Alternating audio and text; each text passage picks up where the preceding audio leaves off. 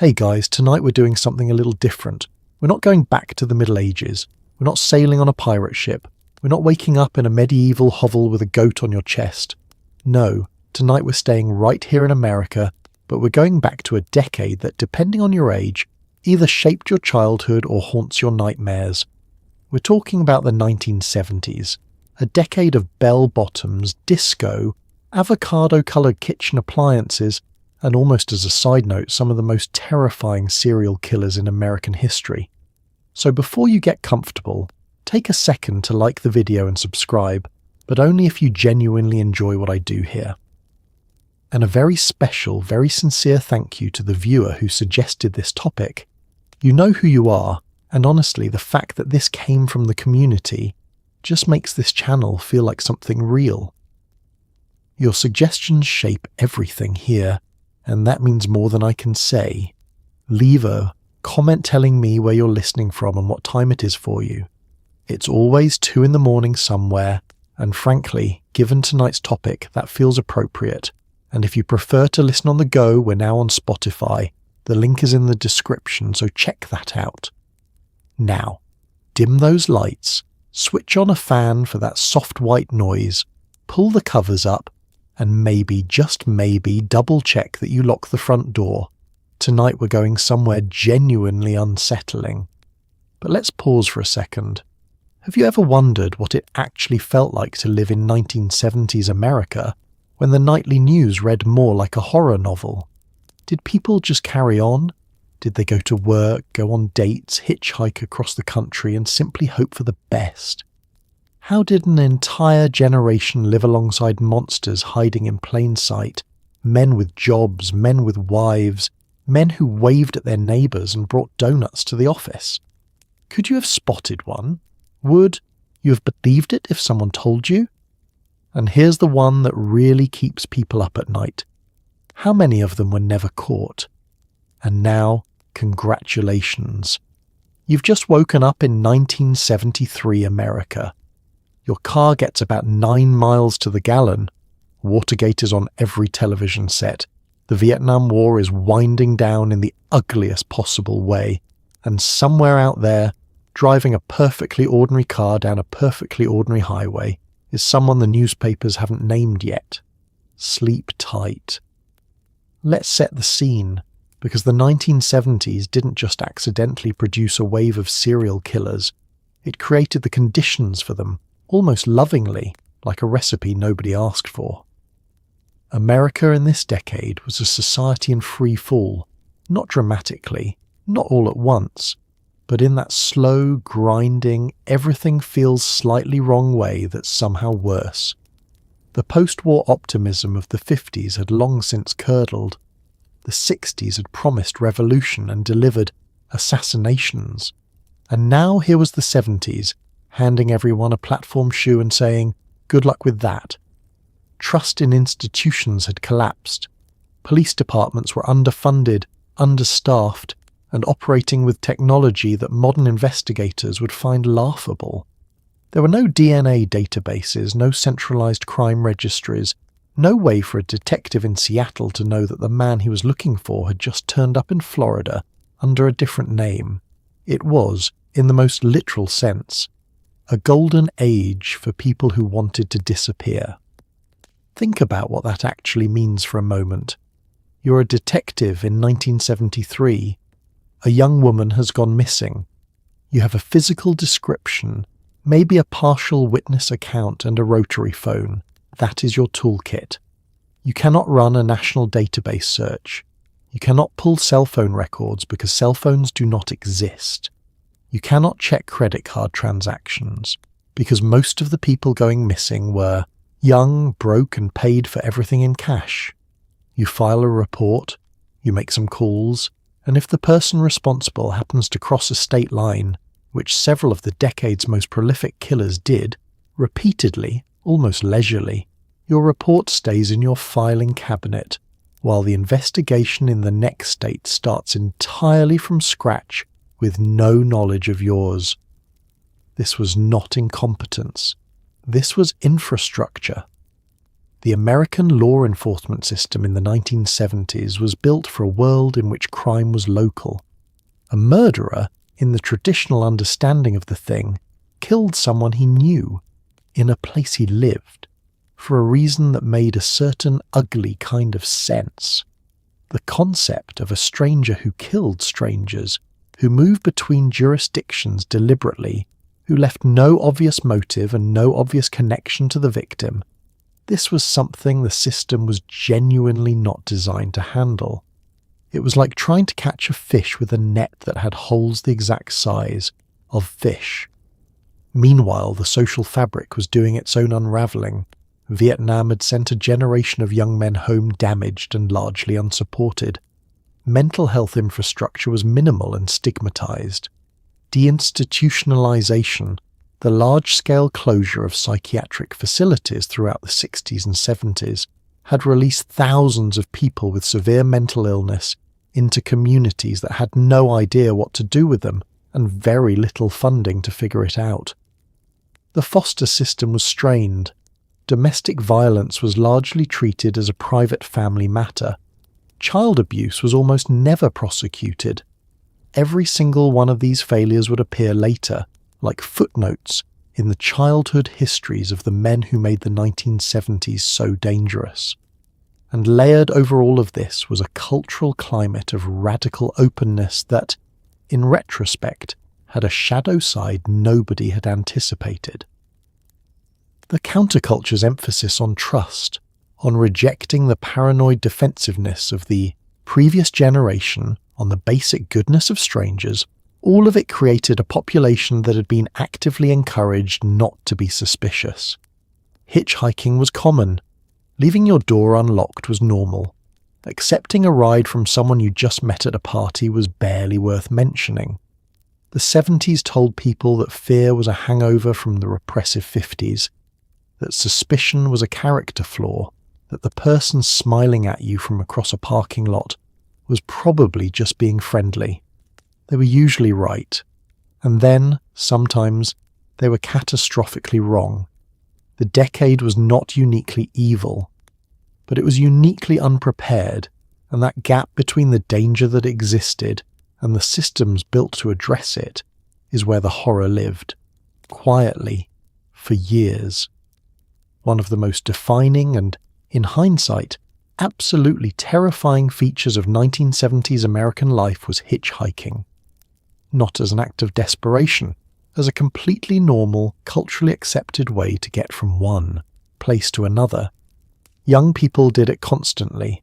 College students, backpackers, people trying to get home from work, they stood on roadsides with their thumbs out and climbed into cars driven by total strangers, and nobody thought this was a remarkable thing to do.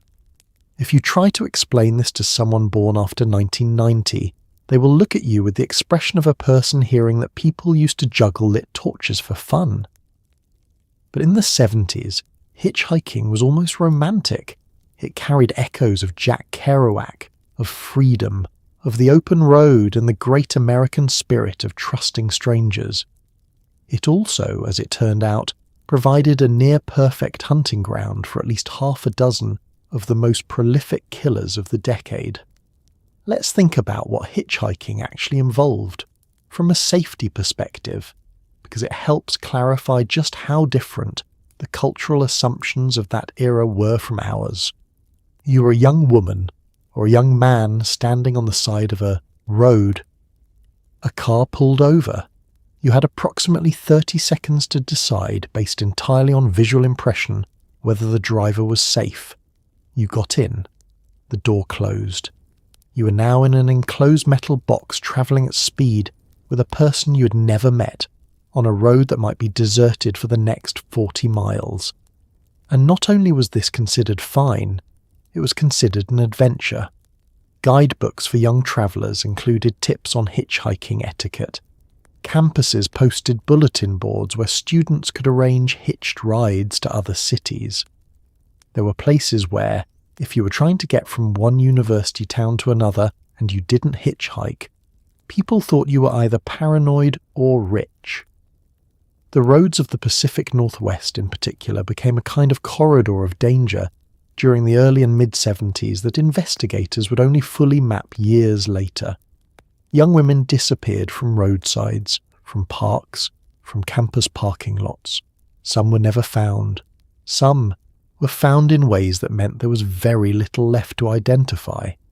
And for a long time, the investigations into these disappearances were frustratingly scattered. Not because investigators weren't trying, but because the dots were spread across multiple counties, multiple states, and connected by a thread that nobody had yet identified as a thread. The car was the critical element. It is almost impossible to overstate how much the automobile enabled the serial killer in the American context. It provided mobility, privacy, and control simultaneously. Once someone was inside your car, you determined the speed, the direction, and the destination. You controlled whether the doors locked. You controlled whether help was close or impossibly far.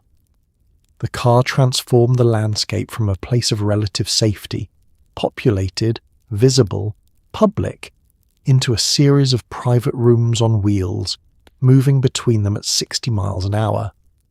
Several of the decade's killers owned vehicles specifically, chosen for their utility in this regard.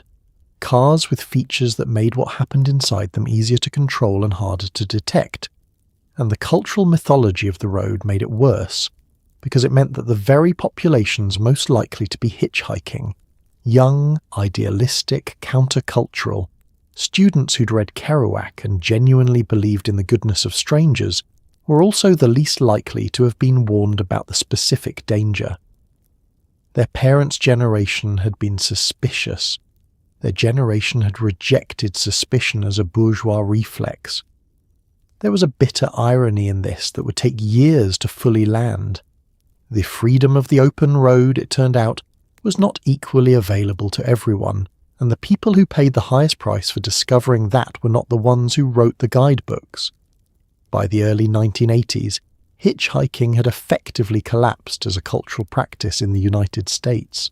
Not because of a law or a campaign, but because enough people had learned enough terrible things to make the romance of it impossible to sustain. The change was so complete that within a single generation, the behaviour went from ordinary to unthinkable. That is how quickly a culture can turn, and how high the cost of turning it sometimes is. Of all the names that define the 1970s serial killer era, none carries more weight, more dread, or more disturbing cultural complexity than Ted Bundy. He was handsome, educated, well-spoken, and charming in that particular way that makes your skin crawl when you know what you know. He volunteered at a suicide prevention hotline. He worked on a political campaign. He studied law. He was by every surface-level measure the kind of young man that mothers pointed to when they said, "Now there's a good boy." He was also, beneath all of it, a predator of extraordinary violence and cunning, who murdered at least 30 women, and likely more, across multiple states throughout the mid-1970s, before he was finally caught, escaped twice, and was ultimately executed in 1989. But the Bundy story begins not with violence, but with a smile and a sling. Theodore Robert Bundy was born in 1946 in Burlington, Vermont, to an unmarried mother who initially raised him to believe his grandparents were his parents, and she was his sister. He discovered the truth as a teenager. Psychologists would later point to this as a formative rupture, though Bundy himself, in his many interviews, was careful to present his childhood as essentially normal, a detail that is itself worth noting, because Bundy was an exceptionally deliberate narrator of his own story. He understood, with the precision of someone who had spent decades thinking about it, exactly what investigators and journalists wanted to hear, and he calibrated his disclosures accordingly.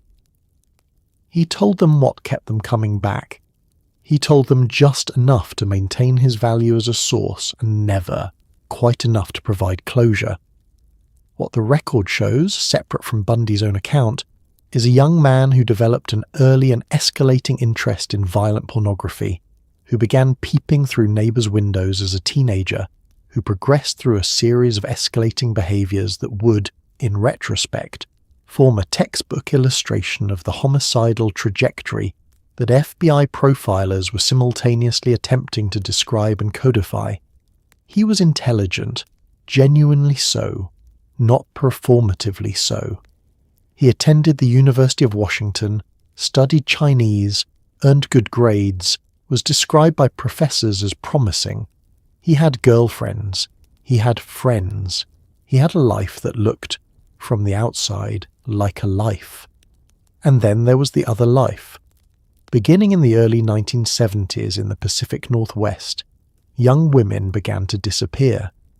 The pattern was not immediately visible because patterns require data points, and data points require communication between investigators that, as we've established, largely did not exist. But slowly, over months and then years, a shape began to emerge. The victims shared characteristics. The circumstances of their disappearances rhymed in ways that eventually became impossible to ignore. And when a composite sketch was produced and a name emerged, Ted, a young man, brown hair, arm in a sling, drove a tan Volkswagen. The portrait of a killer began to take form. It was, extraordinarily, almost exactly accurate. The problem was that it also described approximately 10,000 men in the state of Washington, and law enforcement in 1974 did not yet have the tools to narrow that field efficiently. Bundy was named as a suspect multiple times in multiple jurisdictions before he was ever arrested. Each time something failed, a database that didn't exist, a cross-reference that wasn't made, a tip that got filed and forgotten. He continued. And the tragedy of Ted Bundy is not just what he did, it's how many chances there were to stop him, and how perfectly the failures of the decade aligned to let him continue. What made Ted Bundy so uniquely terrifying wasn't just what he did, it was how he did it. He had refined, over years and with disturbing deliberateness, a system of approach that exploited the most basic human impulse, the desire to help someone who appears to be in need. He would feign injury, a fake cast, a fake sling, occasionally fake crutches, and ask young women to help him carry books to his car, or simply ask for directions, leaning close with that particular practice smile. He understood, with an almost clinical precision, that most people are not prepared to be rude to someone who seems vulnerable. He weaponized kindness, which is perhaps the most unsettling trick anyone has ever pulled. And the car, almost always a tan 1968 Volkswagen Beetle with the passenger seat removed, waited nearby, utterly ordinary, utterly invisible. The removed passenger seat is a detail that deserves its own moment of consideration, because it tells you something about the level of premeditation involved. This was not impulsive violence. This was engineered. The passenger seat was removed so that when a victim got in and reached for the handle or attempted to open the door, the usual architecture of escape was gone. The space where help normally lived, a door, a handle, a seat with leverage, had been deliberately eliminated. He had thought about this. He had sat in the car and thought through every variable. That is not the behaviour of someone overtaken by impulse. That is the behaviour of someone running a process, and the process extended well beyond the car. Bundy studied his environments with a patience that investigators found, in retrospect, almost incomprehensible. He would return to the same locations multiple times before acting: parks, campuses, lake recreation areas. He observed patterns. He identified moments of relative isolation within otherwise busy spaces. He understood that the most dangerous places are not the empty ones, but the ones that feel safe enough that a person's guard is down. A sunny afternoon at a crowded lake, a college campus between classes, a library parking lot at dusk. These are not the places horror movies have taught you to fear. They are the places you don't think to fear, which was precisely the point. He also adapted. When one approach stopped working, when a particular tactic generated too much suspicion, when a particular location was too heavily patrolled, he changed. He moved between states. He changed his appearance with a consistency that investigators struggled to account for. Witnesses who encountered him at different times gave physical descriptions that varied enough to complicate the composite portrait. Brown hair, blonde hair, a beard, no beard, glasses, no glasses. He was not exactly a master of disguise in any theatrical sense. He was simply a man who understood that attention to small details of appearance, combined with the inherent unreliability of eyewitness memory, could create enough noise in the signal to buy him time. The full confirmed victim count stands at 30. Bundy himself, in the days before his execution in 1989, implied the number was significantly higher, potentially into the hundreds, though investigators treated those claims with appropriate skepticism, aware that he was negotiating for time and attention. What is known is that the confirmed 30 span multiple states, a period of roughly 4 years of active killing, and leave behind not just 30 individual tragedies, but 30 families whose lives were permanently divided into before and after. Bundy understood that he had power over that division. In his final interviews, he exercised it deliberately, parceling out information, revoking it, repackaging it. He was, right up to the end, running the process. The chair finally stopped it at 7:16 in the morning on January 24th, 1989. Outside the prison, people cheered. The killing fields of Ted Bundy's early years stretched across Washington state and Oregon, places of extraordinary natural beauty that in the early to mid-1970s became the backdrop for a wave of disappearances that baffled investigators and terrified communities. Young women, students mostly, often with long dark hair parted in the middle, in a style that Bundy appeared to deliberately select for, began vanishing from college campuses, parks and roadsides. Lake Sammamish State Park, on a warm July day in 1974, saw 2 young women disappear within hours of each other, taken by a man who introduced himself as Ted and asked for help with a sailboat. Witnesses described him as attractive and confident. The word Ted began to circulate. It would be years before it became a name on a wanted poster. Lake Sammamish is the kind of place that, on a summer Sunday, fills up with exactly the kind of crowd that makes you feel perfectly safe. Families, couples, people throwing frisbees. In the specific way of Pacific Northwest summers, where the sun arrives late and leaves early enough that its presence in July feels like a gift. The park drew thousands of people to its shores, and the atmosphere was relaxed to the point of carelessness, in the best possible sense of the word. Which is why, when Janice Ott and Denise Naslund both disappeared from that park on July 14th, 1974, within hours of each other, and in front of dozens of potential witnesses, the initial response from those witnesses was confusion rather than alarm. People had seen the young women. People had seen the young man with his arm in a sling who had spoken to them.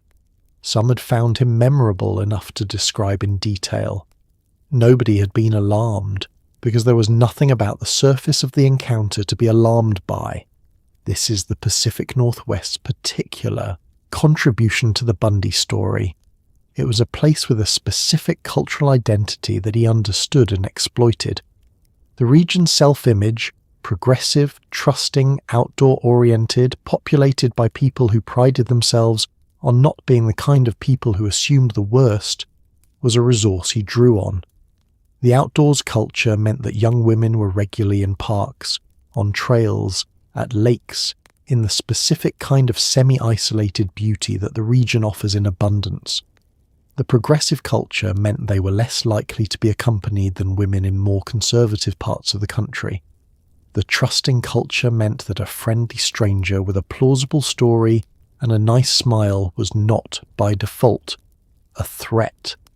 By the end of 1974, the disappearances in the Pacific Northwest had become impossible to ignore as a pattern. 8 young women had vanished in the space of a year. The King County Police and the Seattle Police Department were working the cases separately, a jurisdictional fragmentation that would slow the investigation considerably. Investigators who recognized the pattern were ahead of their time in ways that the institutional structure simply could not accommodate. The term serial killer was not yet in common use. The FBI wouldn't standardize it until the late 70s. The concept that was being documented in real time by confused and increasingly alarmed detectives across Washington state was genuinely new in its visible form, even if the behavior itself was not.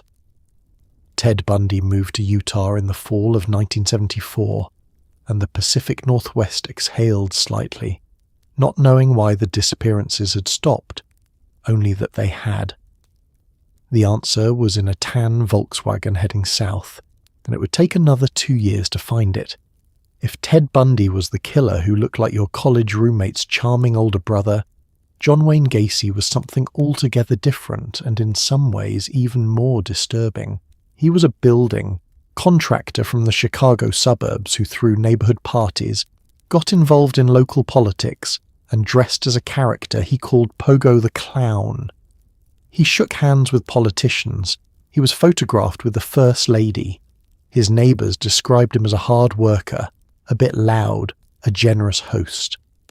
Nobody mentioned the crawl space beneath his house, which over the course of the mid-1970s became the final resting place of 26 young men and boys. Gacy was responsible for the murders of 33 people in total, making him, at the time of his arrest in 1978, the most prolific serial killer in American history. John Wayne Gacy was born in 1942 in Chicago, the son of a Danish-Polish mother and an abusive alcoholic father who beat both Gacy and his mother with a razor strop and called his son a sissy for showing emotion. This is not offered as an excuse. The overwhelming majority of people who experience childhood abuse do not become murderers, but as context, because the Gacy case is one in which the psychological profile assembled after the fact maps with uncomfortable precision onto the established developmental framework for extreme violent behavior. He was physically and emotionally abused. He was shamed for his sexuality from an early age. He developed, over years, a capacity for compartmentalization so extreme that it appears from the outside almost like a superpower, though it was in fact a catastrophic pathology dressed in a contractor's work shirt. By the time he settled in Norwood Park Township in the early 1970s, Gacy had already served a prison sentence in Iowa for the sexual assault of a teenage boy, a fact that should have followed him and did not because the relevant records were not shared between states with the thoroughness we would now expect.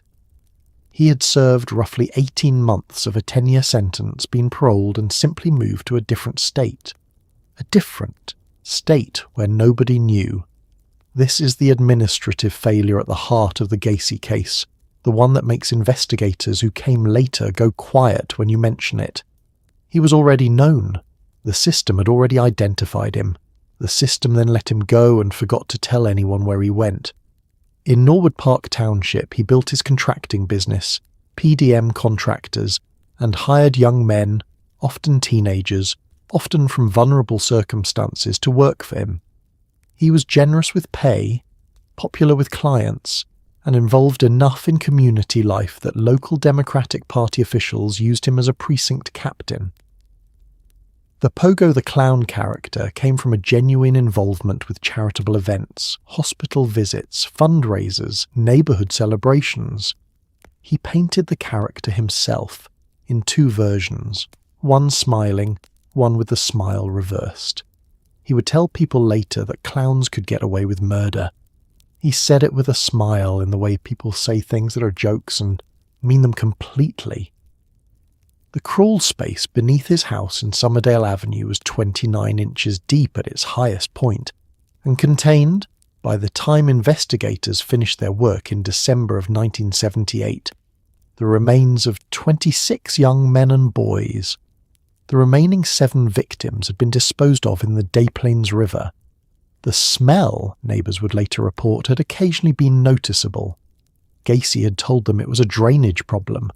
They had believed him because he was the kind of man you believed, which was the whole point, and the whole horror of John Wayne Gacy. Des Plaines, the Chicago suburb where John Wayne Gacy lived and operated, was the kind of place designed for the American dream. Ranch houses with good lawns, 2 cars in the driveway, neighborhood barbecues, kids on bikes. Gacy's home on Summerdale Avenue fit in perfectly, or appeared to.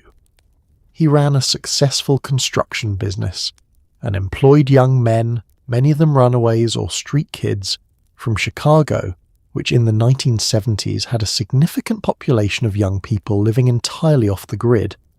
These were people with no fixed address, no family checking in, no one to file a missing persons report. Gacy understood this. His victims were chosen with what police would later describe as a predatory awareness of vulnerability. Young men who would not be missed quickly, or sometimes at all, which is one of the darkest sentences in this entire story. Chicago in the 1970s was a city of neighborhoods, each with its own texture and its own economy of information. The North Side, the South Side, the West Side, they were not particularly well connected in the way that metropolitan areas are now. News travelled through physical proximity and personal relationship. There was no social media infrastructure to amplify a missing persons case, no viral post to spread a photograph, no digital trail to follow when someone vanished. If a young man left home and didn't come back, his family had the phone and the police report and whatever they could post in the local paper. If that young man had no family to notice, or a family that had already lost track of him, he had essentially nothing. The Gacy case exposes, more nakedly than perhaps any other case of the decade, the way that economic and social marginalization interacted with the failures of law enforcement communication to create a killing field that operated invisibly for years. The young men he targeted were not invisible because they were unimportant. They were invisible because the systems designed to protect people worked best for people who were already protected. People with addresses, people with families that called the police and kept calling, people whose disappearances generated paperwork that got followed up on, rather than filed and forgotten. Des Plaines police, to their credit, did eventually become suspicious. The case that broke everything open was the disappearance of 15-year-old Robert Peast in December of 1978, who had been seen talking to Gacy outside a pharmacy where he worked. Peast came from a family. His mother was waiting for him at the pharmacy. His absence was noticed immediately, and the investigation that followed was pursued with an urgency that reflected those facts. Within days, investigators were at Gacy's house. Within a week, they had a warrant. The crawl space was opened on December 22nd, 1978, and the scale of what had been happening under the neighborhoods of northern Chicago became visible in a way that stopped the city cold. What followed was weeks of excavation work that investigators described as the most psychologically difficult of their careers. The crawl space was cramped, waterlogged, and dark. Forensic teams worked in rotations because nobody could stay in the space for extended periods. Victim after victim was removed and transported to the medical examiner's office, which was overwhelmed. Many of the young men could not immediately be identified because they had never been reported missing. It took years, in some cases decades, to put names to all the remains. The last of Gacy's victims was identified using DNA technology in 2021. His name was Francis Wayne Alexander. He had been 16 years old. He had been missing since 1976, and the world had simply not noticed.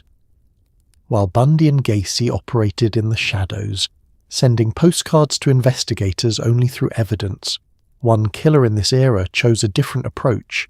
He sent them himself.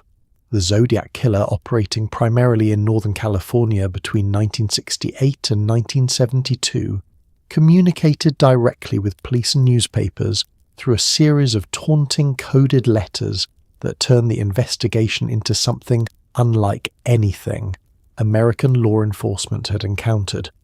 He gave himself a name, he included ciphers, he claimed a body count far higher than could be confirmed.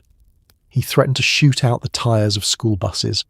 And then, at some point, he simply stopped, or appeared to, leaving behind 5 confirmed murders, at least 2 survivors, and a mystery that has occupied cryptographers, investigators, and amateur sleuths for more than 50 years with no definitive answer.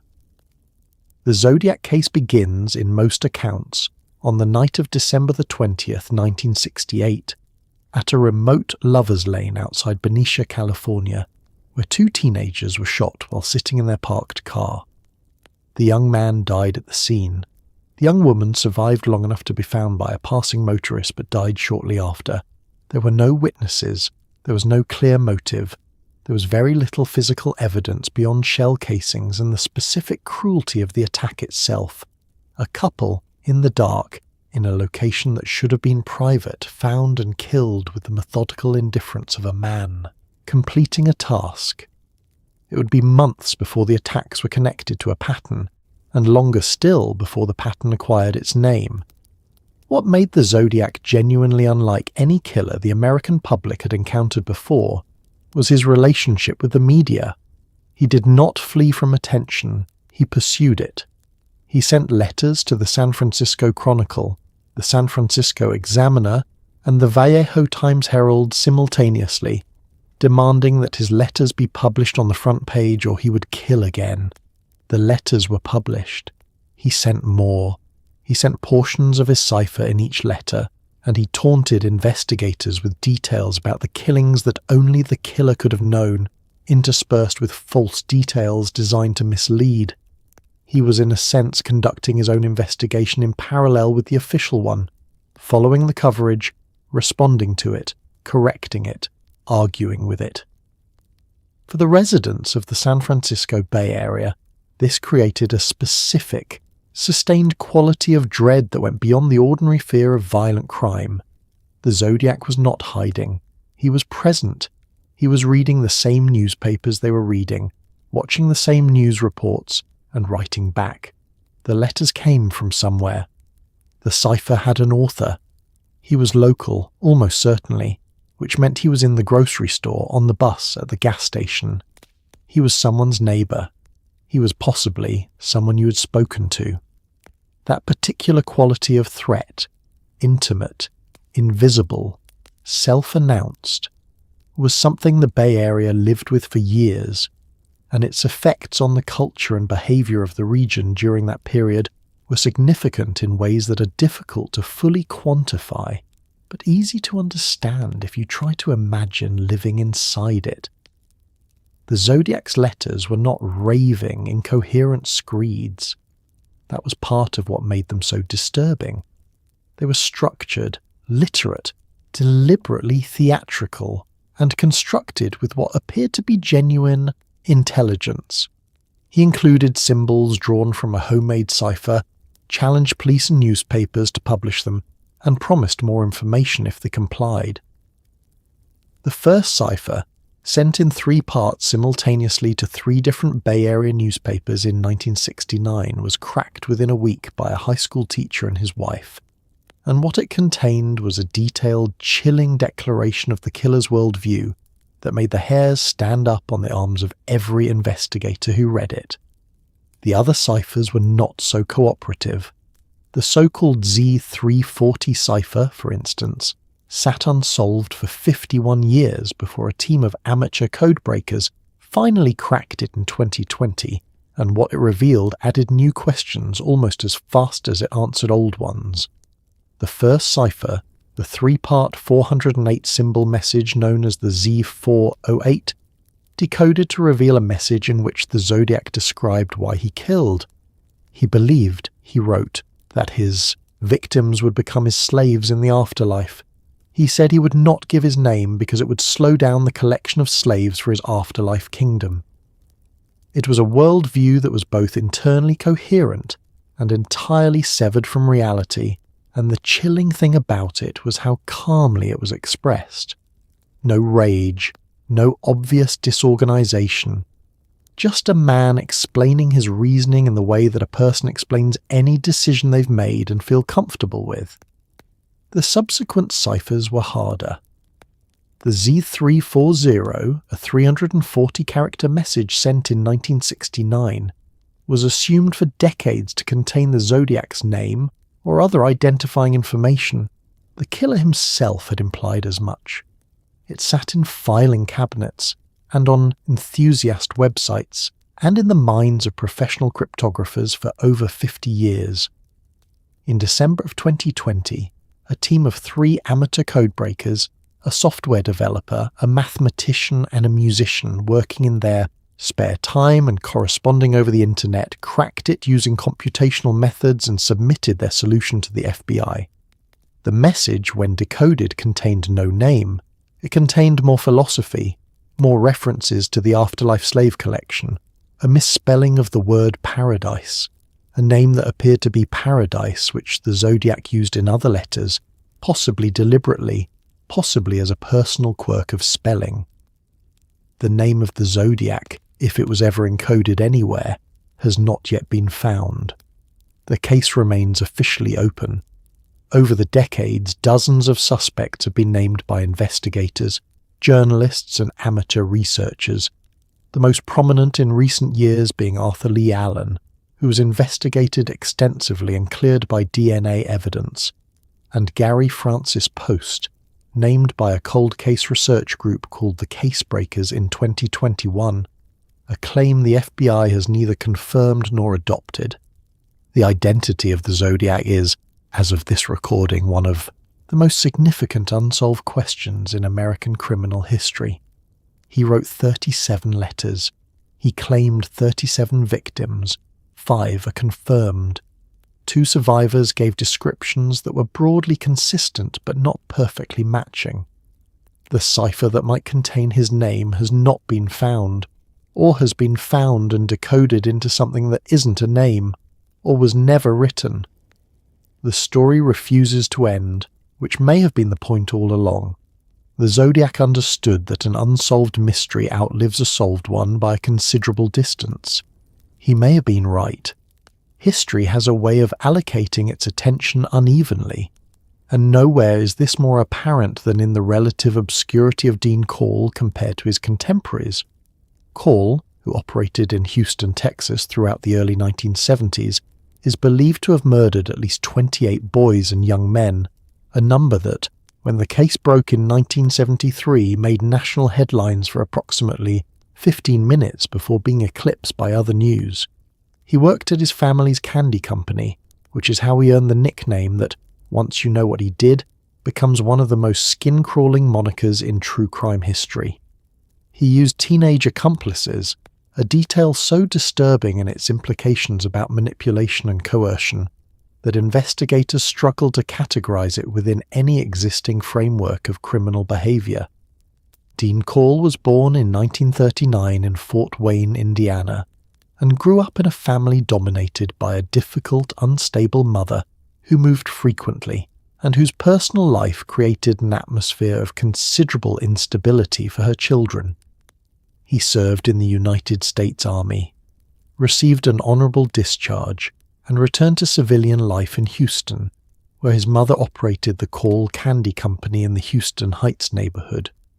He worked there for years, and the candy company's proximity to the neighborhood's children was something he used with deliberate patience. He gave candy to local kids. He was known in the neighborhood as a friendly, generous adult who liked young people. Parents appreciated him. Children trusted him.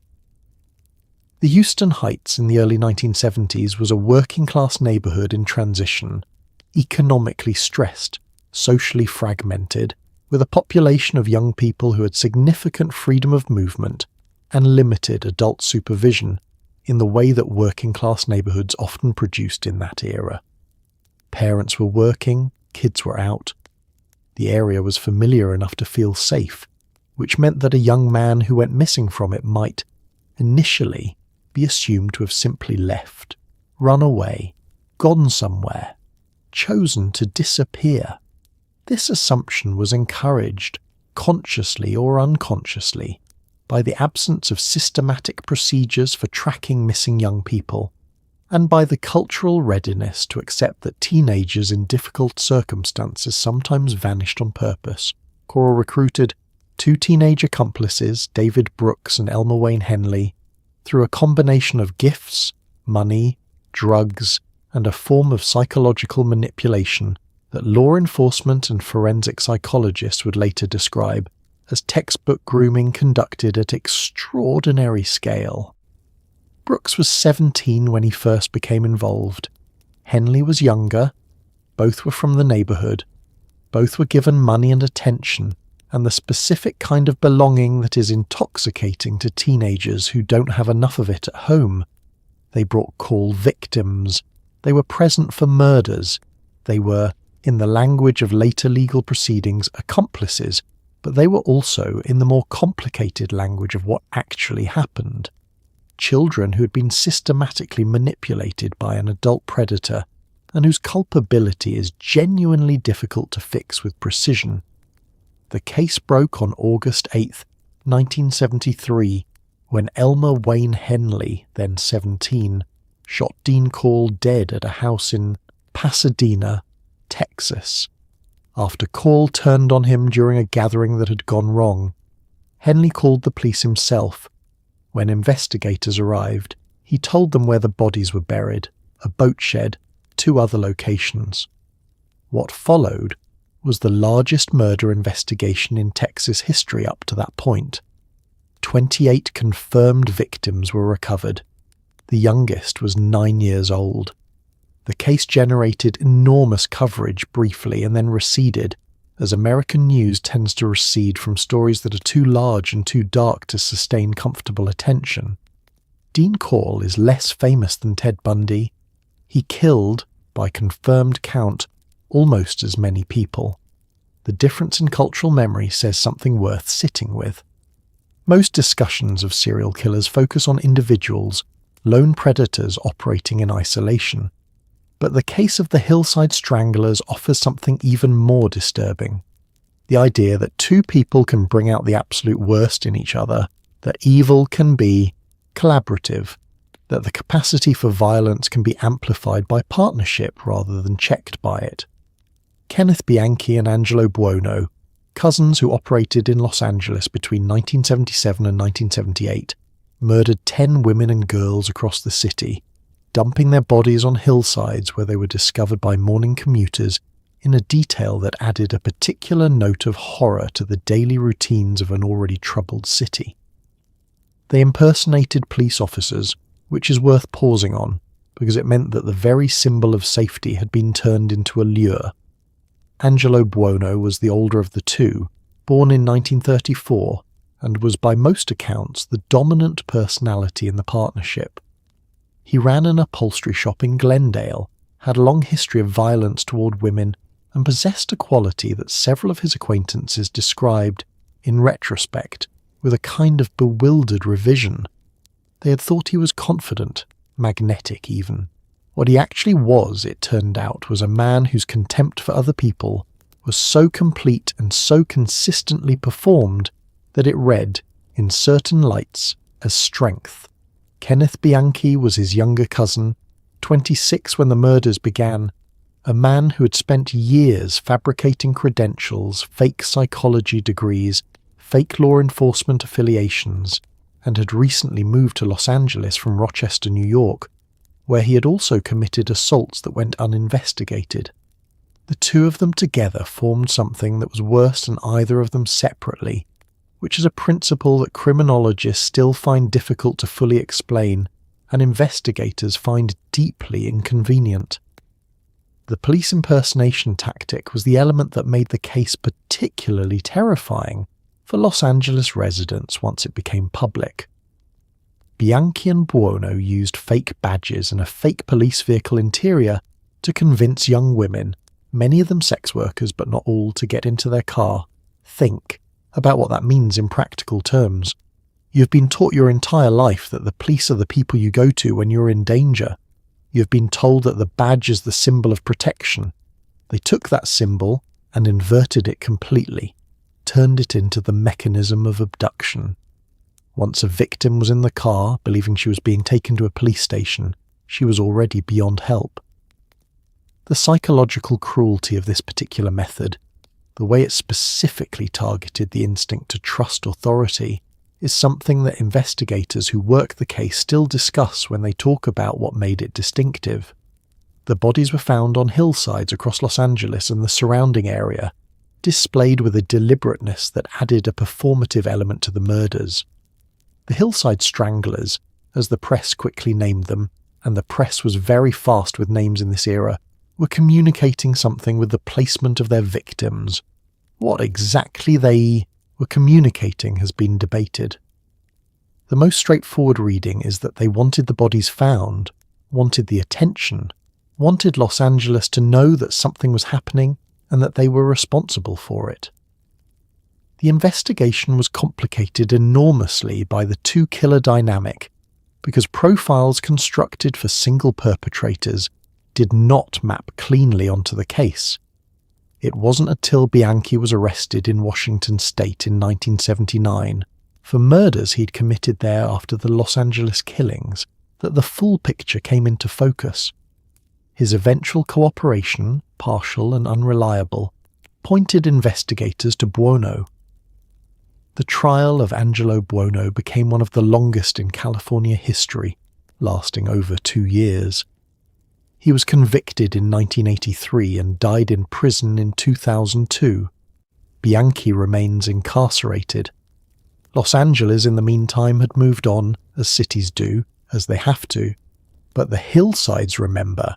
By the time the Hillside Stranglers had been identified and arrested, Los Angeles had been living through a period of sustained anxiety that had frayed the social fabric of the city in ways both visible and invisible.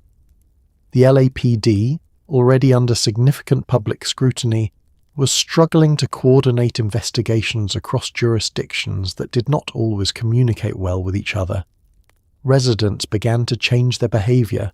Women stopped walking alone at night in certain neighbourhoods. Parents implemented new rules for their children, and the general ambient trust that urban life depends on began to quietly drain away. This is one of the less discussed effects of serial killer cases, the way they don't just destroy the lives of victims and families, but metastasize outward into entire communities, changing the texture of daily life for thousands of people who were never in any direct danger. Los Angeles in the late 1970s was already a city carrying significant psychological weight. The Manson murders of 1969, though technically the previous decade, had never fully left the cultural memory of the city. They had installed a particular kind of ambient dread that the city wore like weather, not always noticeable, but always present. The Skid Row slasher was active in the mid-70s. The freeway killer would begin his crimes before the decade ended. The city that had spent the early 70s selling itself as the promised land of sunshine and reinvention was discovering that it had imported, along with its ambitions and its migrants, a density of human desperation and predation that its infrastructure was not built to manage. The LAPD's reputation in this period is complicated and contested. But what is not contested is that the department was operating under resource constraints, jurisdictional tensions, and investigative methods that had not kept pace with the nature of the crimes being committed. The Hillside Strangler investigation involved multiple agencies: the LAPD, the Los Angeles Sheriff's Department, police departments in Glendale and other municipalities, and the coordination between them was inconsistent enough to create gaps that slowed the identification of suspects considerably. Detectives who recognized the pattern early sometimes found themselves unable to share information efficiently with colleagues a few miles away whose paperwork would have completed the picture. This is not a dramatic institutional failure of the kind that makes headlines. It is the quieter, more corrosive kind, the failure of systems that were built for a simpler problem, grinding against a more complex one. For ordinary Angelenos, the experience of living through this period was defined less by dramatic fear than by a low-grade recalibration of what safety meant. Women who had walked to their cars alone at night began not doing that. Parents who had let their teenagers take the bus alone began driving them. The hitching culture that had flourished even in urban Los Angeles began to thin. These are small behavioral changes individually. Accumulated across millions of people over months and years, they represent a significant shift in the lived experience of a city, a contraction of freedom, a narrowing of the casual trust that makes urban life functional and pleasurable. Nobody announced it. Nobody declared that Los Angeles had become a more fearful place. It just, quietly, became one. The hillsides where the bodies had been found remained visible from the freeways, as they always had, and people drove past them every morning, and after a while the morning commuters stopped remembering why those particular hillsides felt different from the others. But somewhere underneath the forgetting, the knowledge stayed. Cities are very good at forgetting the specific. They are less good at forgetting the shape of what they learned. Edmund Kemper is, in the language of criminology, what is technically called a highly organized, highly intelligent, deeply terrifying individual. He stands 6 feet 9 inches tall, has an IQ that placed him comfortably in the genius range, and in the early 1970s murdered 10 people in the Santa Cruz, California area, including his own mother, while simultaneously befriending the local police officers investigating the very crimes he was committing. He would sit at the bar, favoured by off-duty officers, drink beer with them, discuss the case, and then drive home. His insights into the investigation were, understandably, extremely accurate.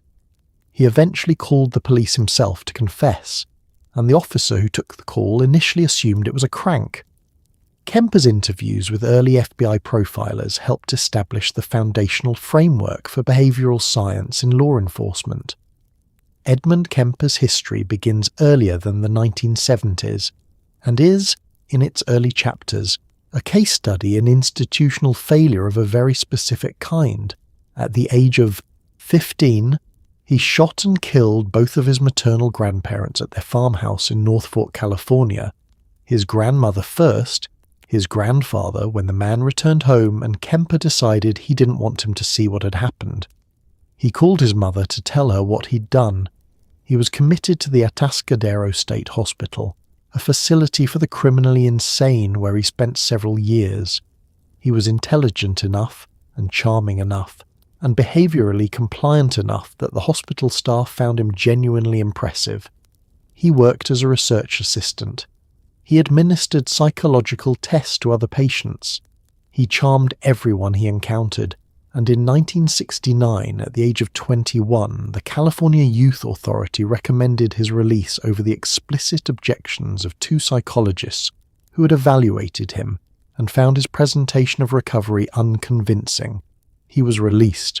His juvenile records were sealed. He was sent to live with his mother in Santa Cruz. The Santa Cruz of the early 1970s had a particular character that is worth understanding, because Kemper understood it and used it. The University of California campus had recently opened there, and the town had a significant student population, young, idealistic, countercultural in exactly the way the era produced, and largely unfrightened in the way that people who have not yet encountered the specific thing they should be frightened of tend to be. Kemper began picking up hitchhikers. He drove a car, he was articulate and pleasant, and he spent months what he later described as testing himself, picking up female hitchhikers, driving them to their destinations and letting them go, trying to understand his own impulses and whether he could control them. This period of testing is one of the more unusual elements of the Kemper case, because it represents a level of self-awareness about his own pathology that is extremely rare in the case literature. He knew what he was. He was trying, in his own way, to stop it. He failed, and beginning in May of 1972, the hitchhikers he picked up stopped arriving at their destinations. He killed 6 young women between May of 1972 and February of 1973, all hitchhikers, all associated with the UC Santa Cruz community. He then killed his mother and her friend in April of 1973, drove east, waited for his name to appear in news reports about the murders, and when it did not, when the case remained unsolved and his name was not yet connected to it, he called the Santa Cruz Police Department and confessed.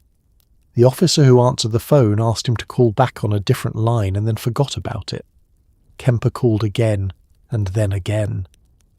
He eventually drove to a phone booth in Pueblo, Colorado, and called the Santa Cruz Police Collect, and stayed on the phone until they believed him and dispatched a car. He requested specifically that the officers who came to collect him be men he knew, the off-duty officers from the bar where he had been discussing the case with them for months. That detail, that particular closing loop, is the thing about the Kemper case that investigators who worked it say they cannot stop thinking about. Before the 1970s, the idea that psychologists could sit in a room, review crime scene photographs, and make meaningful predictions about the personality, background, and behavior of an unknown killer would have been dismissed as science fiction by most law enforcement agencies.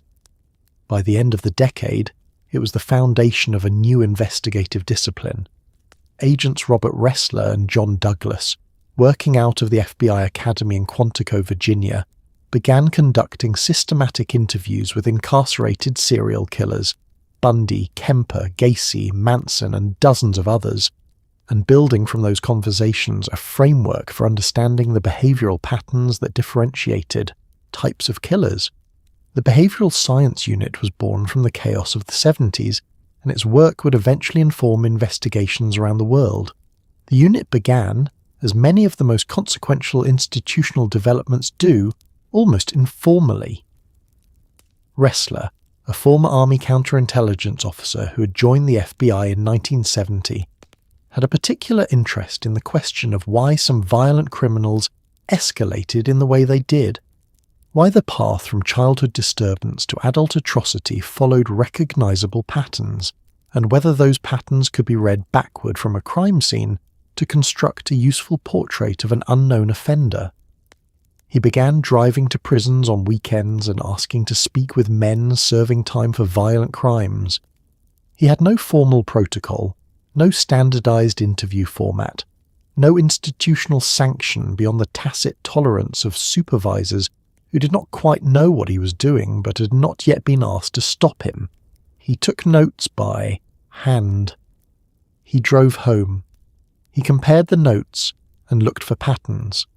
John Douglas joined the unit and expanded the interview program into something more systematic, eventually conducting recorded, structured interviews with 36 convicted killers whose crimes had been adjudicated as among the most serious in American history. The conversations were long, sometimes spanning multiple visits over multiple years, and the killers, it turned out, were often willing to talk. Some of them wanted to explain themselves. Some wanted an audience. Some wanted to believe they were contributing to science, which, in a complicated way, they were. Kemper was one of the most forthcoming, providing detailed accounts of his own psychology and methodology that Ressler and Douglas used as anchoring data points for their evolving framework. Bundy was characteristically strategic, parceling out information across interviews in ways that maintained his value as a source. Manson performed. Each conversation added a data point. The data points accumulated into something that began to look like a map.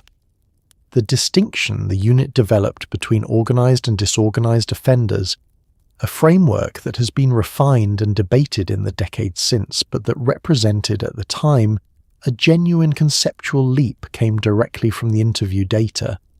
Organized killers, the framework suggested, were of above-average intelligence, planned their crimes carefully, selected victims deliberately, maintained controlled crime scenes, and were likely to be socially functional in ways that made them difficult to identify from their surface presentation.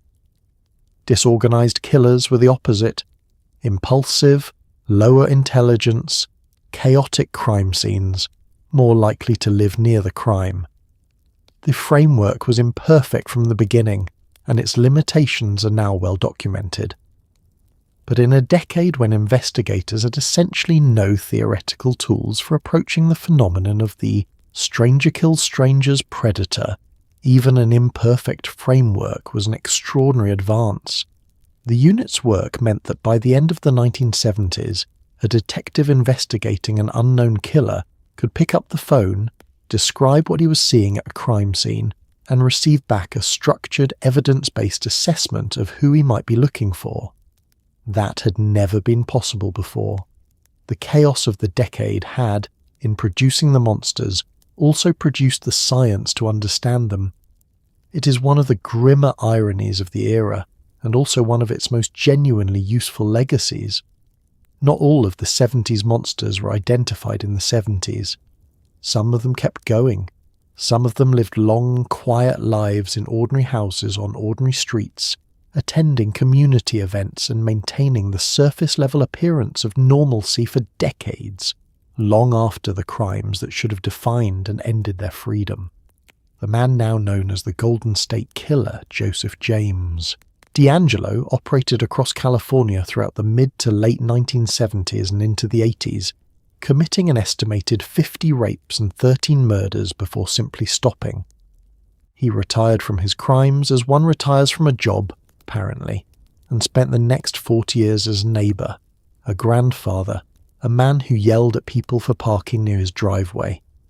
He was identified in 2018 using consumer genealogy databases, a technology that did not exist anywhere near the 1970s and that he could not possibly have anticipated. Joseph James D'Angelo was born in 1945 in Bath, New York, and is, in retrospect, a figure whose biography contains several points at which the trajectory might have been interrupted and was not. He served in the Navy, attended college, earned a degree in criminal justice specifically, which is the kind of detail that sits in the record and refuses to be ignored, and joined the Auburn Police Department in California in 1973. He was a police officer. For 2 years he was a police officer while also, investigators now believe, committing the early crimes that would eventually connect to a pattern spanning hundreds of miles and more than a decade. He was fired from the Auburn Police Department in 1979, not for anything related to the murders or rapes, but for shoplifting a hammer and dog repellent from a drugstore, a detail that is either darkly comic or darkly revealing depending on your angle of approach. After his firing, the crimes continued. The Golden State Killer's methodology was characterized by a level of operational planning that investigators who reconstructed it years later found extraordinary. He would stalk his targets for extended periods before striking, sometimes entering homes and moving objects, small things that might be noticed or might not, in what appeared to be a form of psychological preparation or intimidation. He cut phone lines before attacks. He brought his own binding materials. He knew the layouts of neighbourhoods in detail that suggested extensive prior surveillance on foot. He attacked in clusters in specific geographic areas and then moved, leaving investigators in each region with partial pictures that did not immediately connect to the partial pictures in adjacent regions. He was methodical in the way that the era's investigators would have recognized as consistent with the organized offender profile, and he was a law enforcement officer, which meant he understood exactly how investigations worked and exactly what evidence he needed to avoid leaving. He stopped, apparently around 1986. He went on to live in Sacramento, to have a family, to work as a mechanic, to shout at neighbors about parking. For 30 years he was simply a retired man in a suburban house.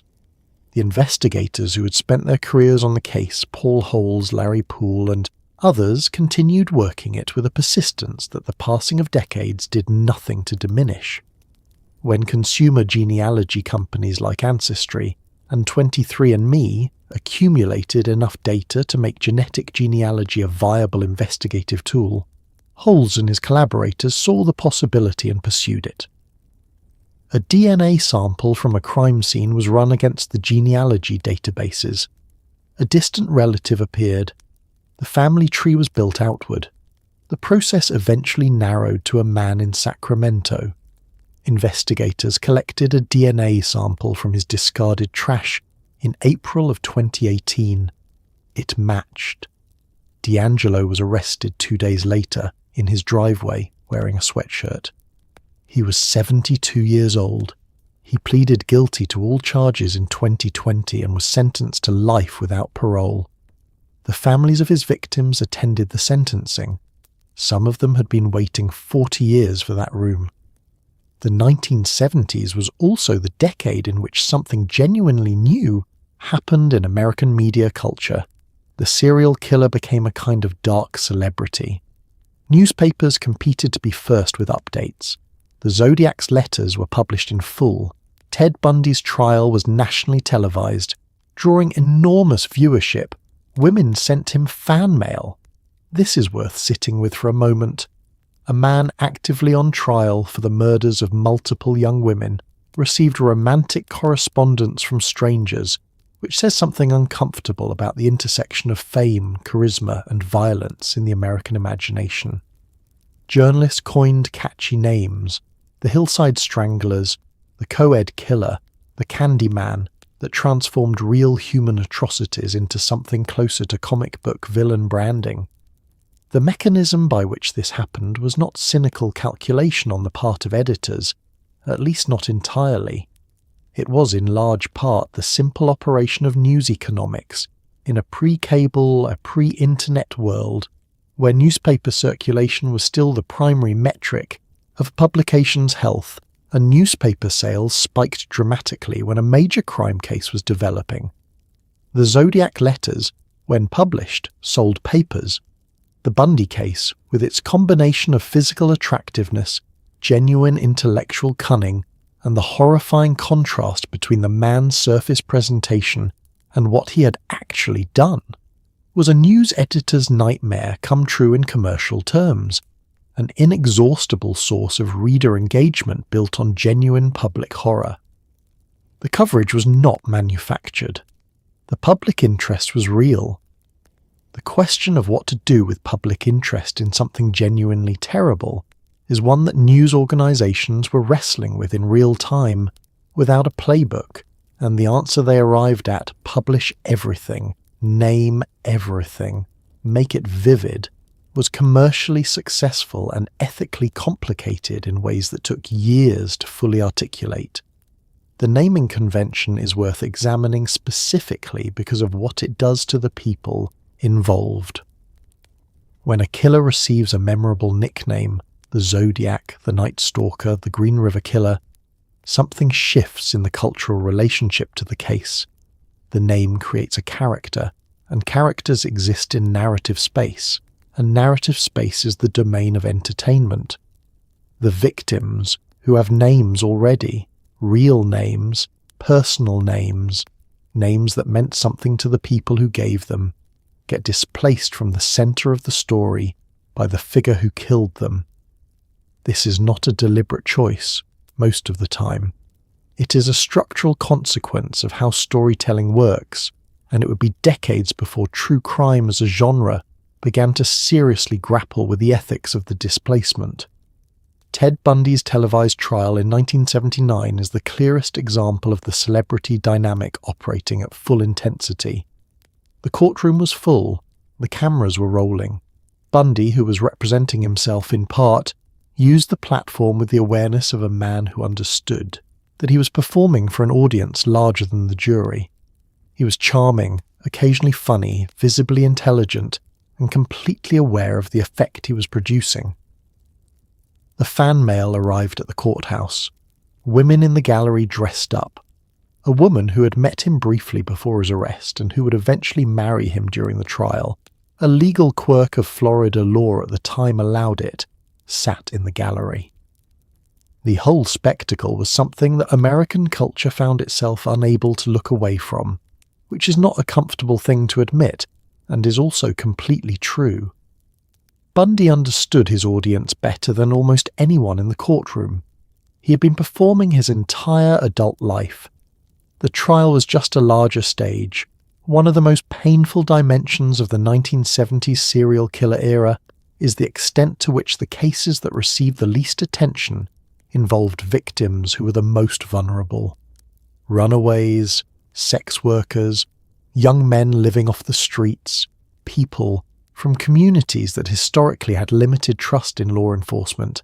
These populations were targeted deliberately and specifically because their disappearances were less likely to generate official urgency. John Wayne Gacy relied on this reality explicitly. The Green River Killer, who began his crimes in the very late 70s and continued into the 80s, would later state in interviews that he targeted sex workers because he believed correctly that police would not prioritize the investigation.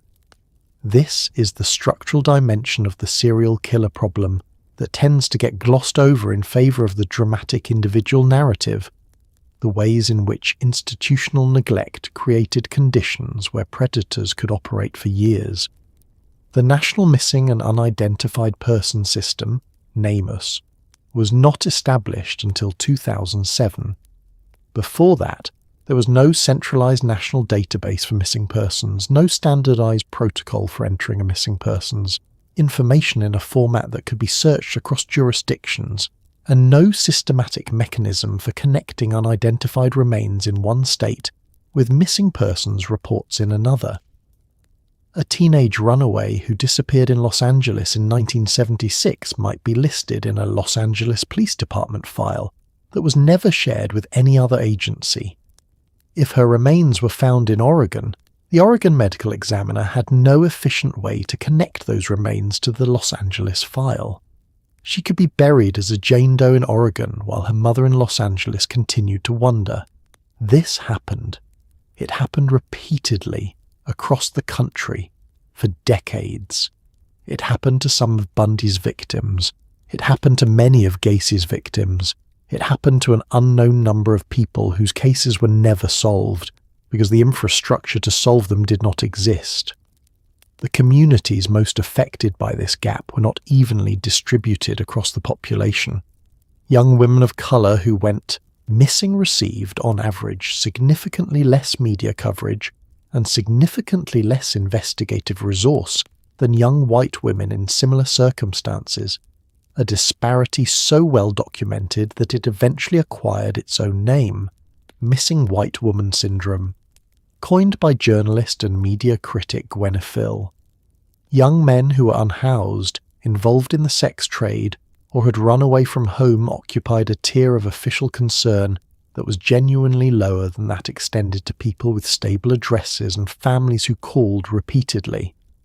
This was not always conscious prejudice, though sometimes it was, but it was a systemic outcome of a system that allocated investigative resource based partly on community visibility and community pressure, and some communities had more of both than others. Gary Ridgway, the Green River Killer, is among the most explicit cases of a killer who understood this dynamic and exploited it operationally. In his confession, made as part of a plea agreement in 2003, he stated clearly that he had targeted women in the sex trade because he believed police did not care about them. He was not entirely wrong, and the tragedy of that statement, the extent to which the system's failures were legible enough for a predator to read and act on, is one of the most uncomfortable facts in the entire history of this era. The Green River Killer killed at least 49 women, possibly more, over a period of roughly 20 years. The crimes began in the late 1970s. He was not arrested until 2001.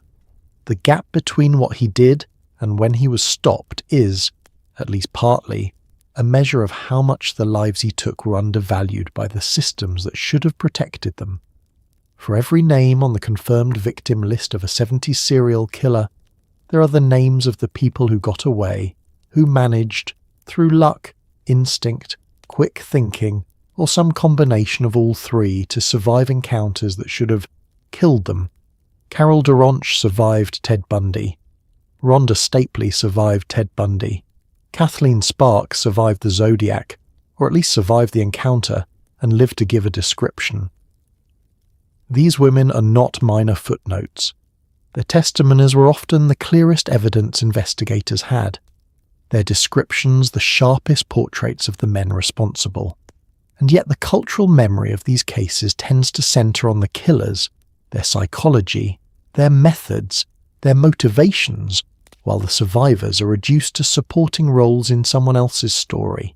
Corll Duranche was 18 years old on the night of November 8th, 1974, when a man who identified himself as a police officer approached her in a shopping mall in Murray, Utah, told her someone had attempted to break into her car, and asked her to accompany him to the police station to file a report. She got into his car. The car was a tan Volkswagen Beetle. Within minutes, the man, who was Ted Bundy, had snapped a handcuff onto her wrist and attempted to strike her with a crowbar. She fought back, opened the door while the car was moving, and threw herself out into the road. She ran. She flagged down a passing car. She was, in the most literal sense, the reason Ted Bundy was eventually identified and convicted.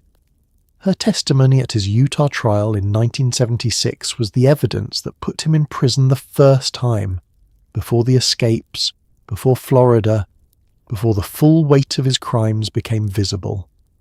Without Corll Duranche's survival and her willingness to testify, the history of the case runs differently.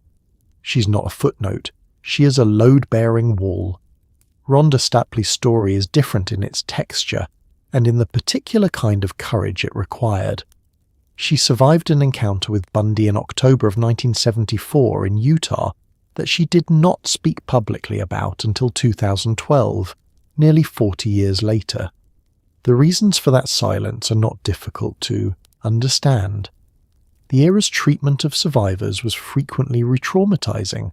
The cultural framework for understanding what had happened to her was inadequate, and the simple fact of having been in Bundy's car and lived carried a complicated weight that took decades to become speakable. When she did speak, her account added detail to the picture of Bundy's methodology that investigators found significant, not because it changed the legal record, which was already closed, but because it contributed to the fuller human accounting of what he had done and to whom. The broader pattern across these cases is that survivors were critical to the investigations in ways that the case narratives rarely emphasize adequately. Witnesses who had survived encounters with the Zodiac provided descriptions that, combined with other evidence, built the closest thing the case has to a physical portrait of the killer. Women who had escaped from the Golden State Killer before the murders began gave accounts that helped investigators understand his approach and preparation. The testimony of Dean Corll's accomplice, Elmer Wayne Henley, who survived by becoming the person who ended the case, was the foundation on which the entire investigation rested. The story of any of these cases, told with full accuracy, is not a story about a single dark figure operating in isolation. It is a story that includes, at its margins and sometimes at its centre, people who looked at something terrible, survived it, and then had to live inside that survival for the rest of their lives while the name that defined the case was not theirs. There are courtroom dramas, and then there is the trial of Theodore Robert Bundy, who, facing the death penalty in 1979 in Florida, decided to serve as his own co-counsel, a decision that legal scholars still use as a teaching example, though not for the reasons Bundy intended. He cross-examined witnesses, made opening arguments, and conducted the proceedings, with a performative confidence that seemed to be more about the audience than the outcome. He was convicted anyway, but the spectacle of it, a confessed serial killer grilling a medical examiner about bite mark evidence in a packed televised Florida courtroom, was something American popular culture had never seen and was not entirely sure how to process. Judge Edward Cowart sentenced him to death and told him he was a bright young man who could have made a good lawyer, which remains one of the stranger things a judge has ever said from the bench. The Florida trial arose from crimes Bundy committed in January of 1978, in the months following his second escape from custody in Colorado. He drove to Tallahassee, rented a room near the Florida State University campus under a false name, and on the night of January 14th, less than a month after his escape, entered the Chi Omega sorority house and attacked 4 young women in their beds in approximately 15 minutes. 2 of them, Margaret Bowman and Lisa Levy, died. 2 others survived with severe injuries. He also attacked a 5th young woman nearby the same night, and in February of that year, abducted and killed 12-year-old Kimberly Leach in Lake City. He was arrested in Pensacola on February 15, 1978, after a traffic stop by Officer David Lee, who ran the plates on the car Bundy was driving, a stolen Volkswagen, and found they did not match. It was, in the end, a traffic stop that caught him. Not a task force, not a database, not a psychological profile. A traffic stop. The decision to represent himself at trial had the surface appearance of legal strategy, but was, in the assessment of virtually every attorney who has analysed it, primarily a performance of control. Bundy had spent his adult life managing how he was perceived. The courtroom gave him a formal structure within which to continue that management, to speak, to cross-examine, to be seen, reasoning rather than simply being judged. It was the same impulse that had driven the jail cell interviews, the correspondence, the careful calibration of self-disclosure. He was not trying to win. He was trying to remain the most interesting person in the room. In this ambition, at least, he succeeded. The trial was televised and watched widely. The image of Bundy standing at a lectern, addressing the court with the ease of a man who had studied law and possessed enough intelligence to use what he had studied, was exactly the image he wanted to project. The image of someone too capable, too interesting, too present to simply be erased. Judge Edward Cowart, who presided over the trial with a patience and decorum that observers found remarkable given the circumstances, delivered the death sentence in the language of genuine regret, not for the outcome, but for the waste. It was the kind of sentence that reveals something about how the culture processed Bundy specifically, the persistent, uncomfortable pull of the contrast between what he seemed to be and what he was. He was executed on January 24th, 1989. Crowds gathered outside the prison. Some held signs. Some brought electric chairs made of cardboard. The execution was, in a way that nothing in the case had managed to be definitively final. There were no more interviews, no more letters, no more careful management of the narrative. The story, at last, belonged to someone other than Ted Bundy. When FBI agents Robert Ressler and John Douglas began sitting down with serial killers in the late 1970s and systematically interviewing them about their methods, motivations, and internal experiences, what they found confounded some assumptions and confirmed others in the worst possible ways. Almost universally, the men they interviewed had experienced significant childhood trauma, abuse, neglect, parental instability. Almost universally, they had engaged in what became known as the homicidal triad of behaviours in childhood: bedwetting beyond normal age, cruelty to animals, and fire starting. Almost universally, they had escalated gradually, from fantasy to lesser crimes to the violence that eventually defined them. The portrait that emerged was not of a monster who arrived fully formed, but of a pathology that developed over years in environments that failed to intervene. The fantasy element is perhaps the most important and the least comfortable piece of the picture that the interviews produced.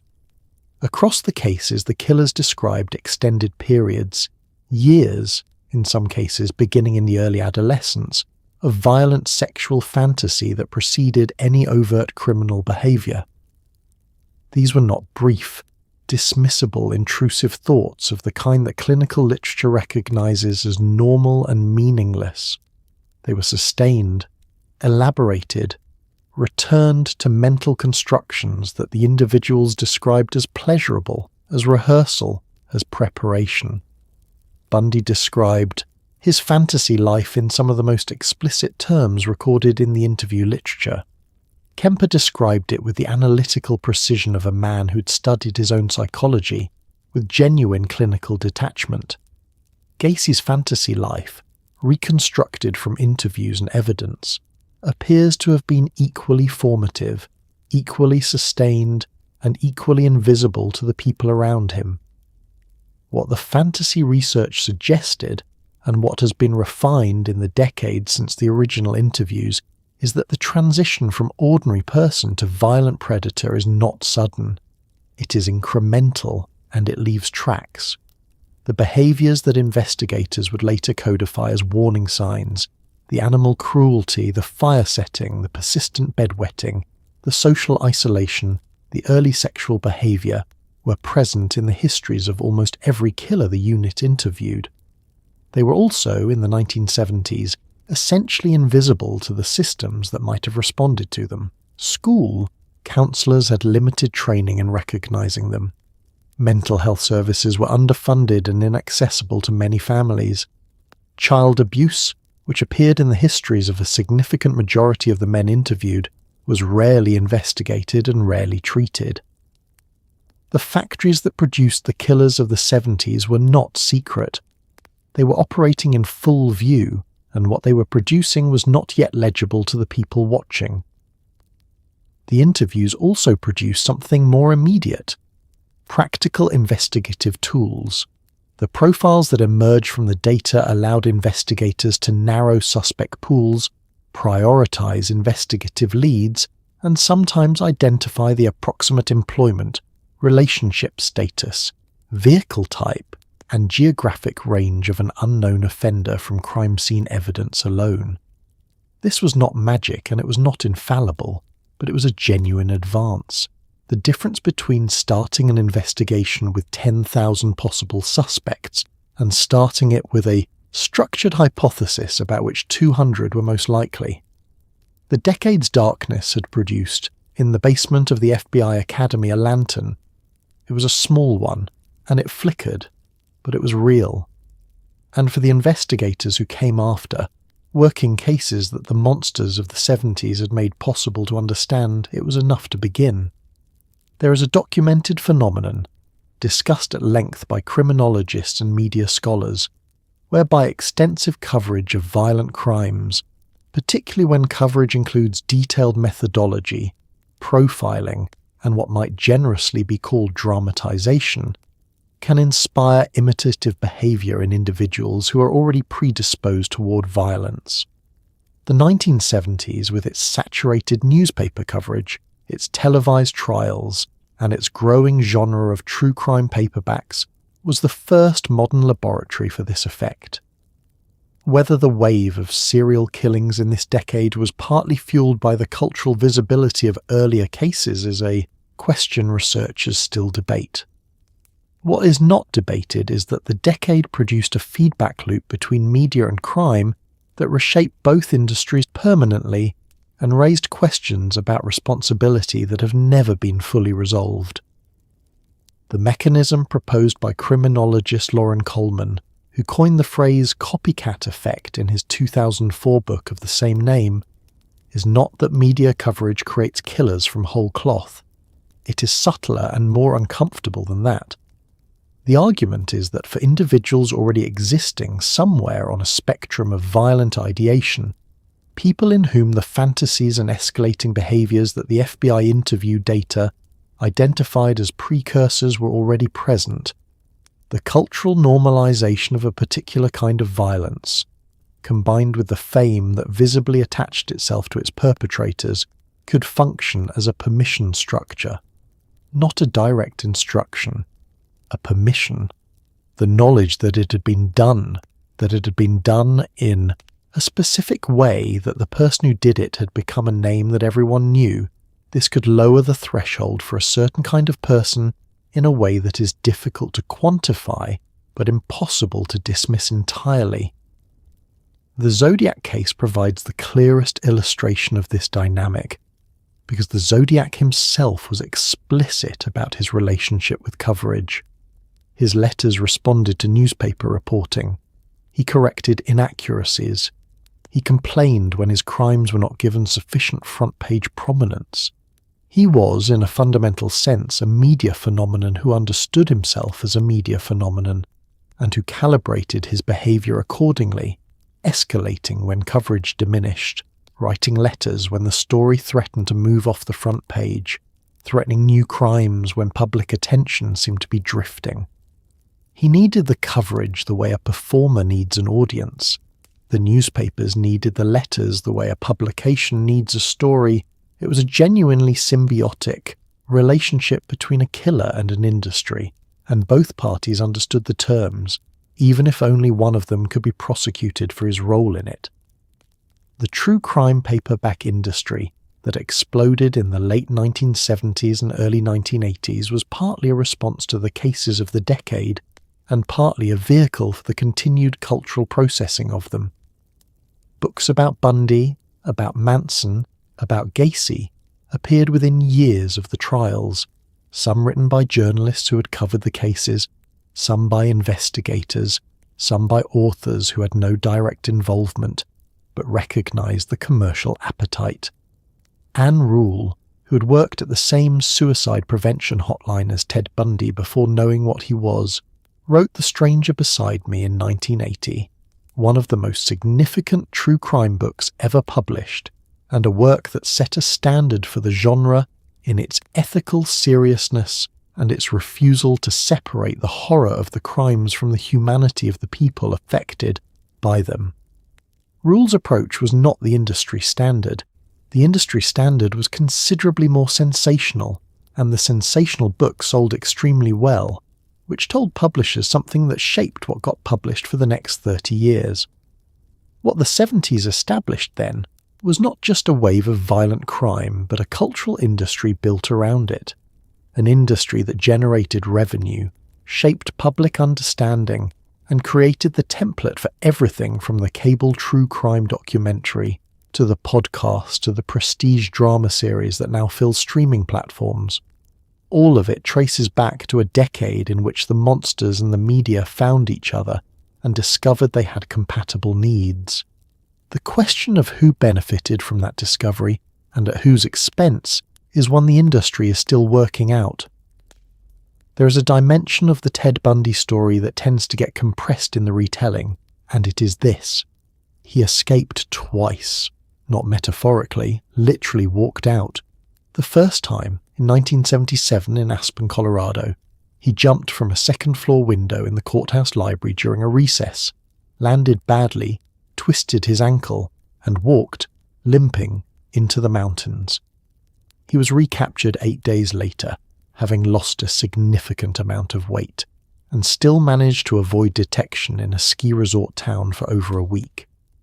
The second escape, 6 months later, involved a hacksaw, a space cut through the ceiling of his jail cell, and a crawl through the darkness of the building's utility corridors. By the time anyone noticed, he had been gone for 17 hours. He made it to Florida. 15 more people died before he was caught again. The first escape is, in some ways, the more remarkable of the two, simply because of what it reveals about the gap between the gravity of the threat Bundy represented and the institutional seriousness with which he was being handled. He was a suspected serial killer facing murder charges, being transported to a courthouse in a ski resort town, allowed to use the library during a recess, and not particularly closely watched while he was in it. This was not recklessness on the part of the Pitkin County Sheriff's Department. It reflected, rather, a set of security assumptions built for ordinary criminal defendants that had not been updated to account for the specific profile of a highly intelligent, physically fit, deeply motivated man who had been planning his escape with the same methodical patience he brought to everything else he did. He had been losing weight deliberately in the months before the escape, specifically to fit through the window. He had studied the building's layout during previous court appearances. He had a plan for where to go. He got out, twisted his ankle on the landing, and kept going anyway, because the alternative was going back inside.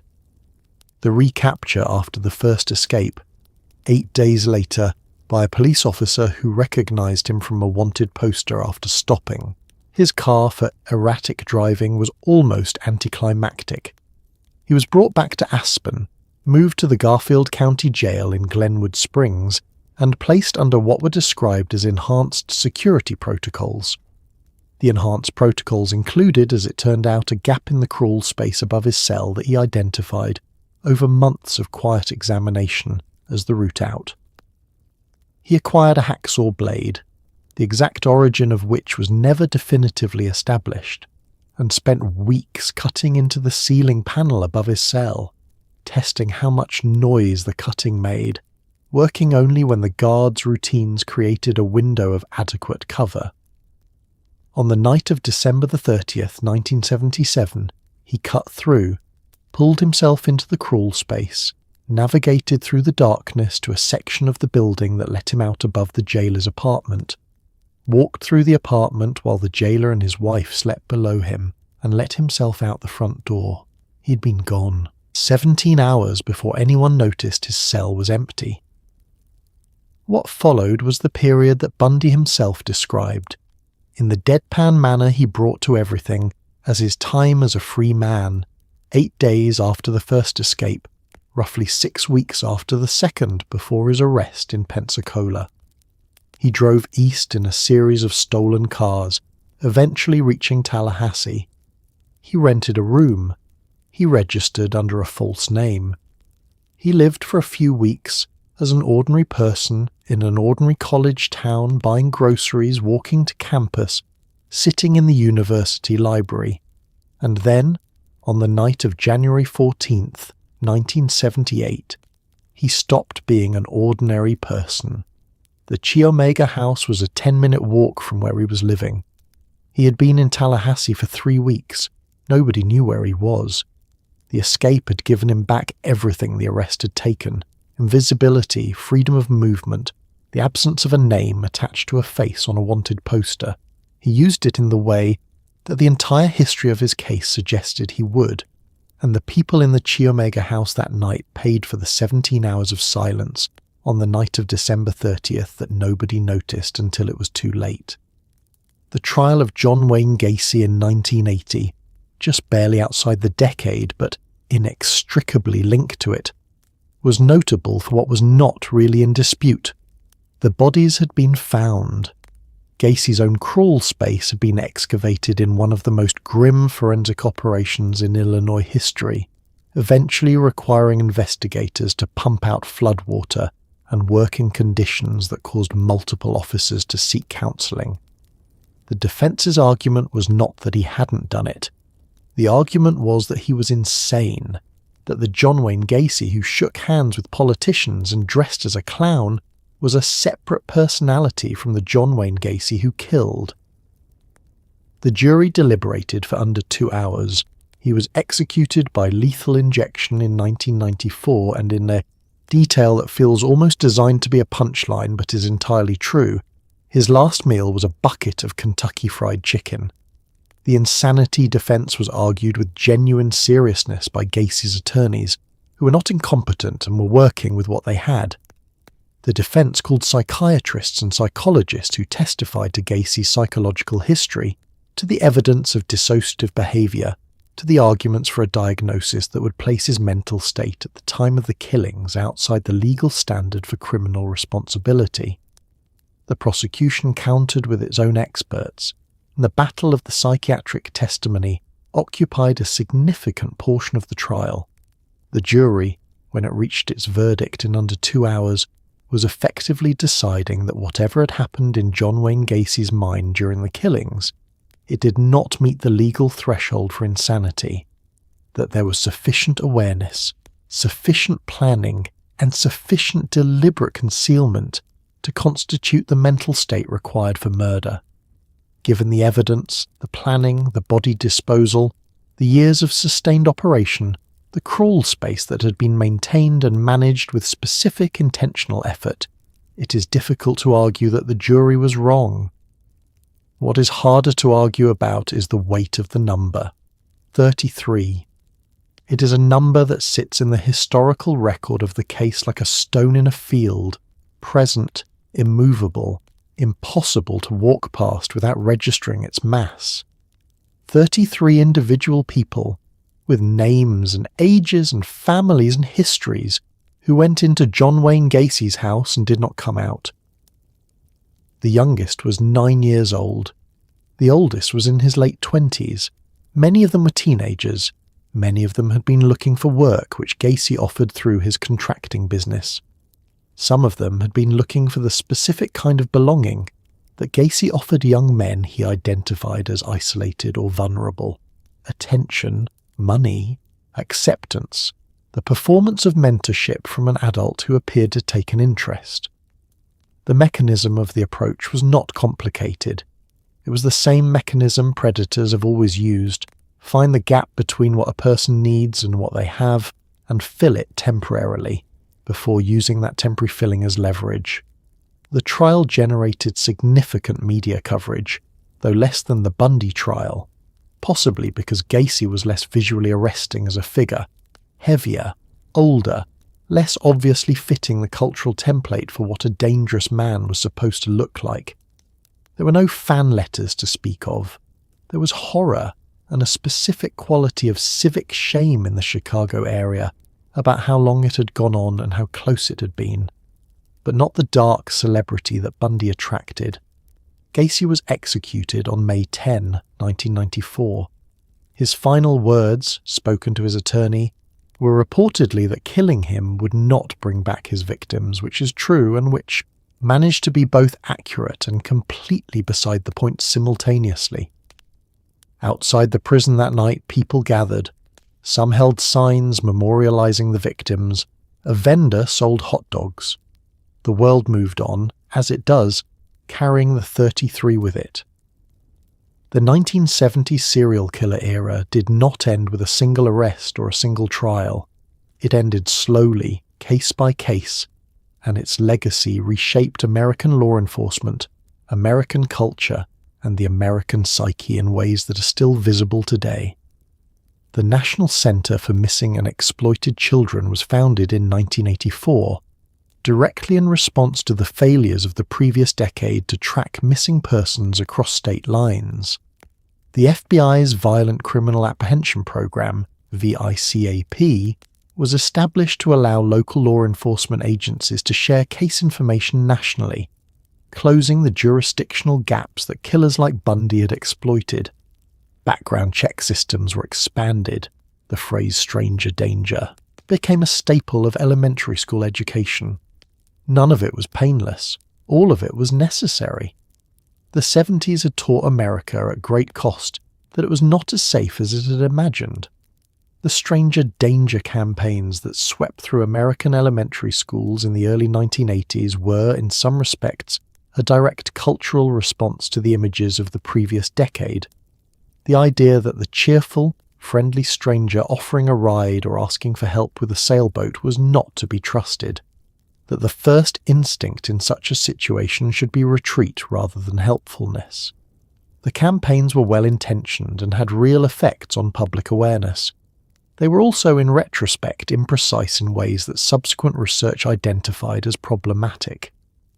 The overwhelming majority of violence against children is committed not by strangers, but by people known to the child, family members, family friends, trusted adults in positions of authority.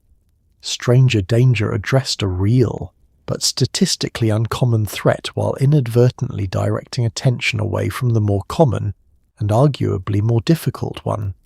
The insight was real. The application was partial. This is fairly typical of how society responds to traumatic revelations. It learns the specific lesson the trauma taught and misses the slightly harder lesson waiting just behind it. VICAP, the Violent Criminal Apprehension Program, was proposed by Pierce Brooks, a retired Los Angeles Police Department detective who had worked the Harvey Glattman case in the late 1950s and spent the following 2 decades advocating for a national database that would allow investigators to connect crimes across jurisdictions. He had been making the argument since the early 1960s. It took until 1985 for the program to be funded and launched. which means that the precise tool that might have connected Bundy's crimes across Washington, Utah, and Colorado years earlier than they were connected was not available during the years when he was most active.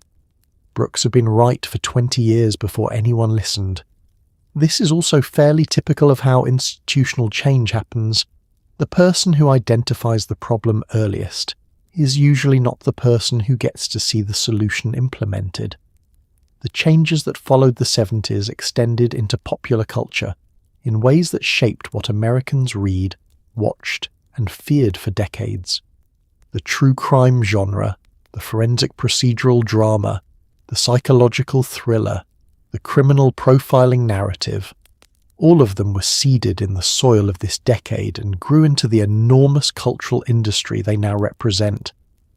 The architecture of modern home security, the deadbolts, the motion lights, the video doorbells that are now standard features of suburban life, reflects, at some remove, the anxiety that the 1970s installed in American domestic consciousness. The decade did not just change law enforcement.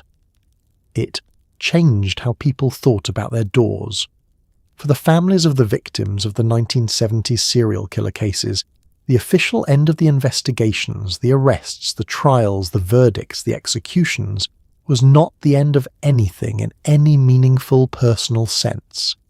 It was, at best, a chapter break in a story that continued to run through the rest of their lives, with a persistence that the public attention spans of the era were not designed to accommodate. The media that had covered the cases intensively during the investigations and trials moved on to new stories. The books got written and sold and sat on shelves. The investigators retired or transferred to other cases, and the families remained, with the knowledge, with the absence, and with the specific weight of having watched the legal system process the murder of someone they loved as a matter of public record.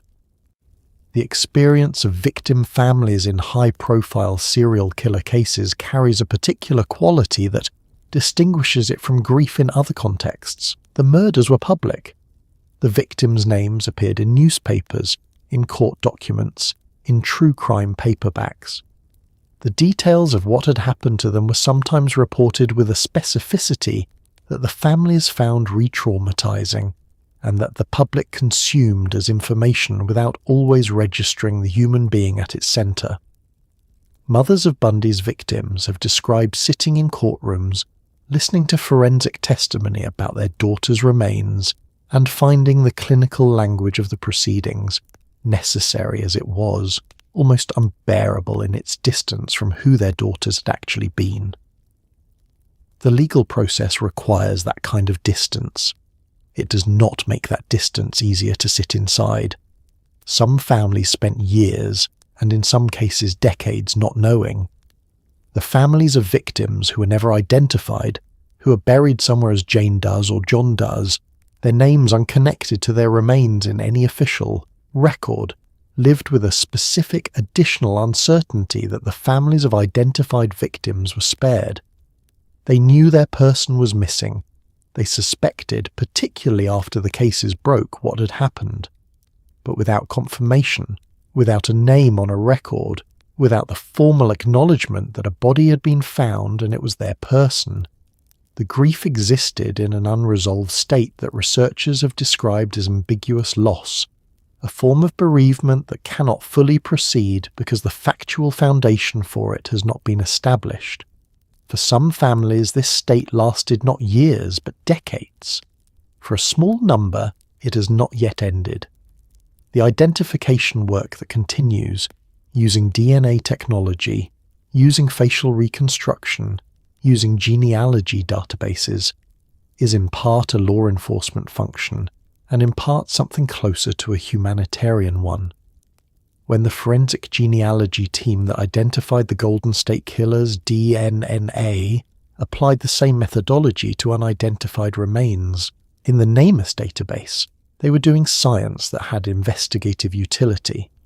They were also, in the most direct possible terms, giving families answers that they had been waiting for since the 1970s. Each identification is a notification call, which means it is also a doorbell ringing in someone's house. with information that was always going to be devastating, and that is also, in some cases, the closest thing to relief that the person answering has felt in 30 years. That is what the legacy of the 1970s looks like at its most human, not in the databases or the legislation or the cultural industry, but in those phone calls, still being made, still landing, still mattering enormously to people who have been waiting an extraordinarily long time for the story to stop being open. The cases that were solved, Bundy, Gacy, Kemper, the Hillside Stranglers, eventually the Golden State Killer, tend to dominate the cultural memory of the era because they have endings. They have arrests and trials and verdicts and, in most cases, the formal closure of a sentence carried out. But the 1970s also produced a significant number of cases that have no ending. Cases where the available evidence narrowed to a strong suspect and stopped there. Cases where the investigation produced a profile and a theory and never produced a name. Cases where the crime stopped and no one was ever certain why or who. These are the cases that keep investigators awake long after retirement, the ones that get passed from detective to detective like an inheritance nobody wanted, the ones that sit in file boxes in basement storage rooms of police departments across the country and refuse to become history. The Zodiac is the most famous of the unsolved cases, but he is not the only one. The I-70 Killer, a series of shootings at small-town stores along the interstate highway corridor in the Midwest beginning in 1992, has its roots in a pattern of similar crimes from the late 1970s that investigators have never definitively connected or closed. The Texarkana Moonlight Murders of 1946 inspired a wave of copycat-style crimes in the following decades that shared enough methodological similarities to suggest connected perpetrators and never produced identified suspects. The original Night Stalker, a designation later reassigned to Richard Ramirez when the Golden State Killer's earlier crimes were connected to later ones, represents a category of case where the crimes were known, the pattern was documented, and the perpetrator lived for decades without accountability. What cold cases reveal about the 1970s is not primarily the failure of the investigators who worked them, though some failures were real, but the limitations of the investigative infrastructure of the era and the specific ways in which those limitations advantaged certain types of offenders. A highly mobile killer who crossed jurisdictions, selected victims from populations that generated limited official response, and left crime scenes that the forensic technology of the day could not fully process was, in the 1970s, operating in a near-optimal environment for evasion. The tools that now exist, DNA databases, digital communication records, genealogy platforms, national missing persons registries, VICAP, geographic profiling software, were not available. The tools that did exist were used by investigators who were, in many cases, extremely competent and who nevertheless found themselves working with instruments too blunt for the problem they were trying to solve. The cold case investigators who have taken on these files in the decades since do so with better tools and the same fundamental challenge. The passage of time, witnesses die, evidence degrades, the specific texture of a place and a moment, the exact quality of light in a parking lot on a specific evening in 1976, the particular way a man held himself when he spoke, the detail that a witness noticed but didn't think to mention because it seemed irrelevant, fades in ways that no database can recover. What remains is the record, incomplete and partial, and the investigators who believe that incomplete and partial is still enough to work with, and who keep working. Some of them are right. Some of the files that have sat in those basement storage rooms since the 1970s will eventually produce names. Some of them already have. The work continues because the alternative, deciding that the people in those files do not warrant the effort, is not an alternative that the investigators doing the work are willing to accept. Long before the podcast was invented, before the streaming documentary series, before the subreddit dedicated to cold cases, before the amateur sleuths who now constitute an entire informal investigative community with real-world impact on real cases. Before all of that, there was the 1970s, and the 1970s was where the template was built. The decade's crimes were not the first to generate public fascination.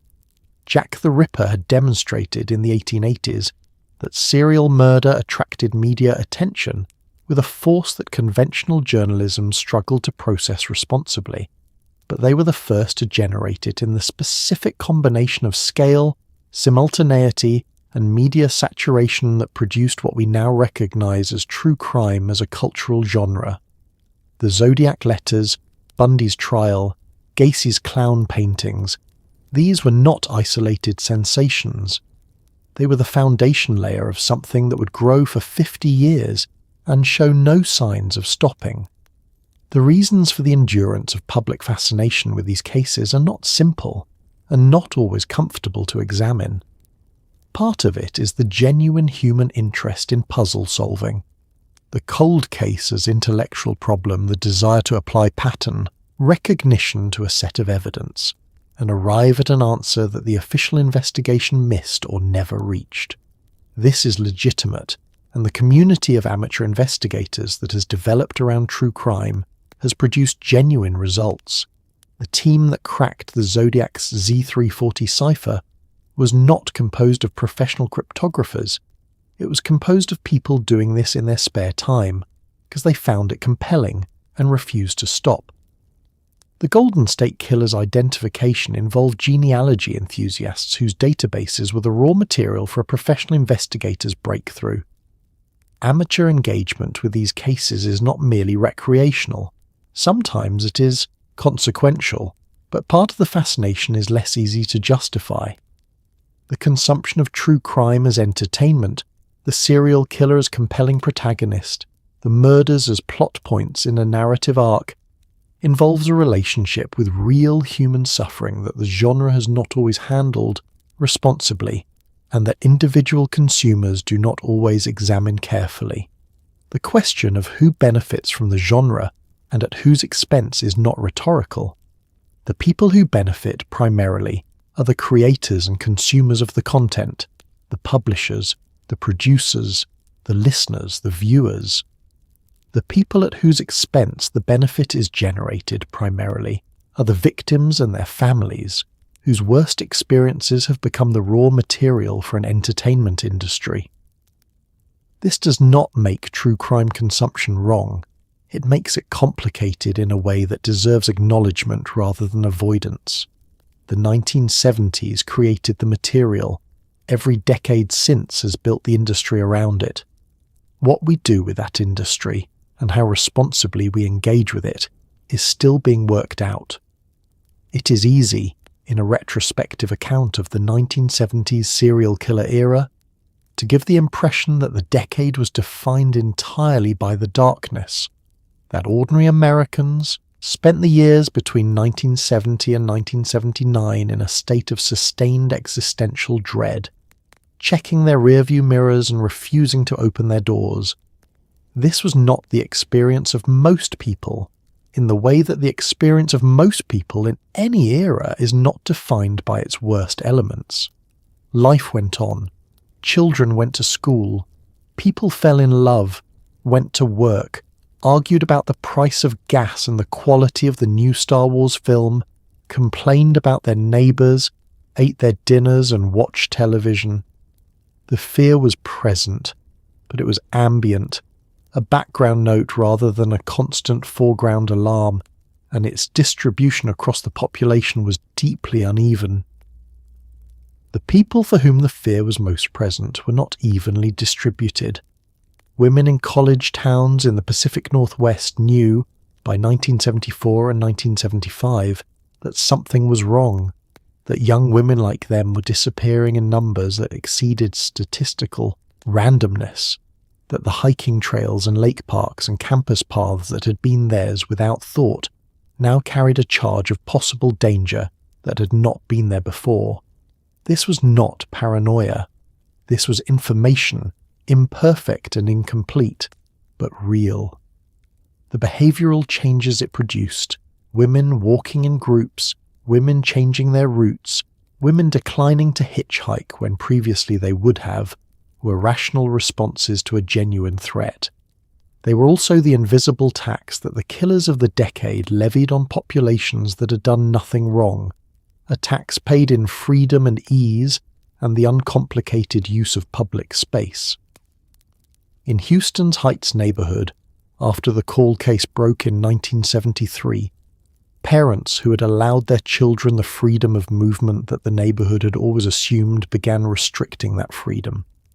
The specific geography of the neighborhood, the streets their children had biked down, the yards they had cut through, the houses, where friendly adults had offered candy, became a landscape that had to be relearned and renegotiated. The ordinary background of daily life, which is not usually something people have to think about, became something that required conscious attention. This is the cost that does not appear in the case files, that is not captured in the official record of crimes and convictions. It is the cost of living through an era in which the ordinary surface of things was revealed to have something different underneath, and not being able to unsee that revelation once it had been made. Most people in the 1970s lived ordinary lives.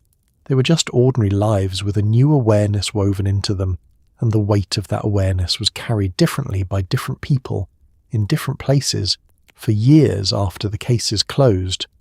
The detectives, profilers and forensic specialists who worked the cases of the 1970s are not, in most accounts, the central figures. They are the supporting structure, the people whose work made the arrests possible, whose persistence kept the cases open when institutional momentum would have allowed them to go cold, whose willingness to carry the weight of what they had seen through years of investigation and into retirement represents a form of endurance that rarely gets discussed with the attention it deserves.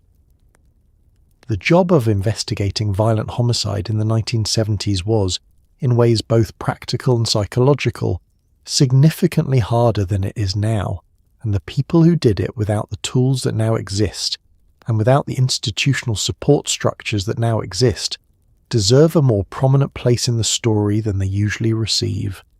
Robert Keppel was a detective with the King County Police in Washington state during the early Bundy investigations, and he spent years working the case while simultaneously completing a doctorate in criminal justice. His experience investigating Bundy in Washington informed the development of the VICAP system and the broader methodology of multi-jurisdictional serial crime investigation. He later consulted on the Green River Killer case and maintained a correspondence with Ted Bundy in the days before the execution, asking questions, extracting whatever information remained available, using the final hours of Bundy's life as an investigative resource in the way that the work required. He described the correspondence in his memoir. He described what it felt like to speak with Bundy as a source while knowing what Bundy was. The professional discipline required to hold those two things simultaneously, the utility of the information and the nature of the man providing it, is not something that gets adequately acknowledged in the cultural narratives that tend to focus on the killer. Paul Holes, who worked the Golden State Killer case for decades before D'Angelo's identification, is perhaps the most visible contemporary example of the long-career investigator who carries a case across the full span of his professional life and is defined, in important ways, by the chase. Holes joined the Contra Costa County Sheriff's Office in 1990 and inherited the case that had already been unsolved for more than a decade. He spent 24 years working it, developing the genealogy strategy that eventually cracked it, collaborating with journalist Michelle McNamara, whose book about the case brought new public attention and new investigative energy, and finally seeing the arrest happen 2 days after his retirement in 2018. The timing is either perfect or cruel depending on how you look at it, and Holes has said, in interviews, that it is both. The case cost him things: sleep, relationships, the ability to fully leave it at work, in the way that these cases cost the people who take them seriously. They are not puzzles in a puzzle book. They are people. And the investigators who remember that, who carry the weight of that, understanding through careers spent in the documentary record of the worst things people do to each other, deserve to be in the story as something more than background. And here is where we leave the 1970s, that strange, sunlit, disco-scored decade with its dark underside, its bell-bottoms and its body counts, its avocado appliances and its FBI agents learning, for the first time, how to climb inside the minds of monsters. The killers you have heard about tonight are gone, caught, tried, executed, or dead. The cold cases still whisper, and the unsolved ones still keep certain researchers up at night. But the immediate physical world outside your door tonight is not the one those investigators woke up to in 1973. You have locks, you have light, you have a phone with 17 apps and the ability to track your location to within a few feet. You are, in statistical terms, extraordinarily safe tonight. The worst thing waiting for you is probably a cold, room, or a neighbour who mows too early on Sunday mornings. So, breathe. Pull the covers up. The world did eventually figure this out slowly, imperfectly, painfully, but it did. And you get to sleep in the version of America that came after. The thing to carry with you as you drift off is not the darkness of the decade, but what it produced in response to the darkness. The investigators who refused to let cases go cold, the survivors who testified when it would have been easier not to, the families who kept calling, kept pushing, kept insisting that their person mattered and deserved an answer, the FBI agents sitting in prison interview rooms on weekends, building the science from the ground up because the science didn't exist yet and someone had to build it. The genealogist who typed a DNA sequence into a database and followed the family tree until a name appeared. The detective who picked up a 30-year-old file from a storage room because he believed the person in it was still worth the work. These people are in the story too.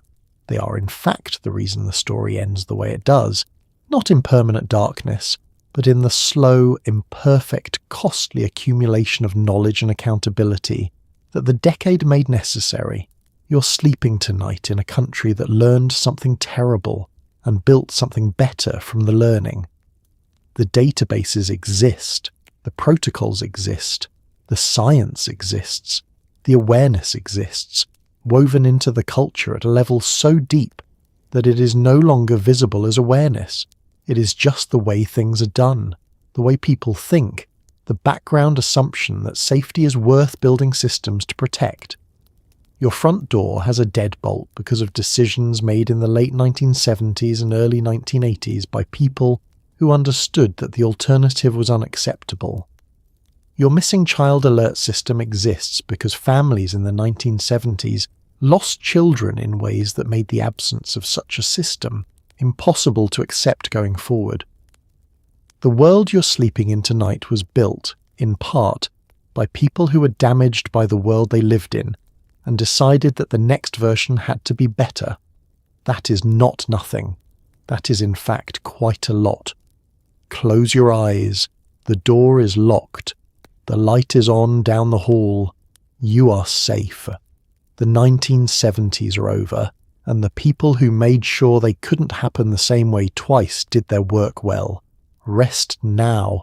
You're home. And so here we are, at the end of a long night in 1970s America. You have travelled through a decade that did not make things easy, not for its investigators, not for its survivors, not for the families who spent years waiting for answers that sometimes came and sometimes did not. You have sat with the weight of what it meant to live in a country that was discovering, slowly and at great cost, that the world it believed itself to be and the world it actually was were not quite the same thing. Let's take a breath. The 1970s produced monsters. That is true, and it deserves to be said plainly. But it also produced the people who chased them, the detectives who drove to prisons on weekends to conduct interviews that no one had asked them to conduct, the survivors who sat in courtrooms and said what they had seen when saying it cost them something real, The families who kept calling, kept pushing, kept insisting on the specific humanity of the person they had lost when the official record had already moved on. It produced the FBI agents who built a science from nothing because the problem existed and the tools to address it did not yet, and who understood that the work was hard and did it anyway. It produced eventually the legislation and the databases and the protocols that closed the jurisdictional gaps the killers had exploited, that built the infrastructure of safety that you live inside tonight without needing to think about it. Because here is the thing about the 1970s that tends to get lost in the darkness of its stories. It ended. The monsters were caught, or died, or were stopped by the systems built specifically to stop them.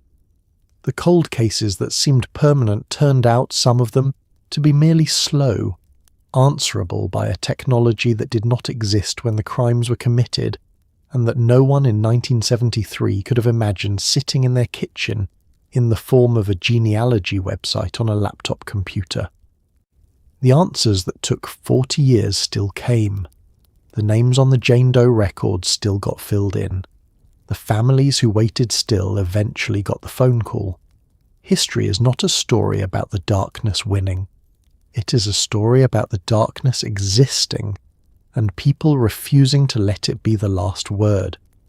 Tonight, you're sleeping in the version of America that the investigators and survivors and legislators and forensic scientists and amateur codebreakers and genealogy enthusiasts built from the ruins of a decade that taught everyone involved exactly what was at stake. Your door has a deadbolt. Your missing person systems are national. Your DNA databases are vast and growing. Your phone can reach help in seconds. None of these things existed in the form they now exist because someone thought it would be nice to have them. They exist because people in the 1970s discovered what happens when you do not have them and decided that was unacceptable and built something better. So tonight, as you pull the covers up and let your breathing slow, maybe take a quiet moment for the people who made tonight feel safe. The detective who picked up the cold case file one more time. The survivor who testified when it would have been easier to stay silent. The family that never stopped asking. The agent who sat in a prison room across from a monster and asked questions, not because it was comfortable, but because the answers mattered. They did their work. You get to rest. Because history may be dark and frightening and full of things that make you want to check the lock twice, and that is okay. Go ahead and check. There is no shame in it, but it is also proof that people are stubborn and careful and persistent, and that the systems they build when they are angry and grieving and determined tend to outlast the things that made them necessary. The 1970s are over. The door is locked. The light is on down the hall. Sleep well.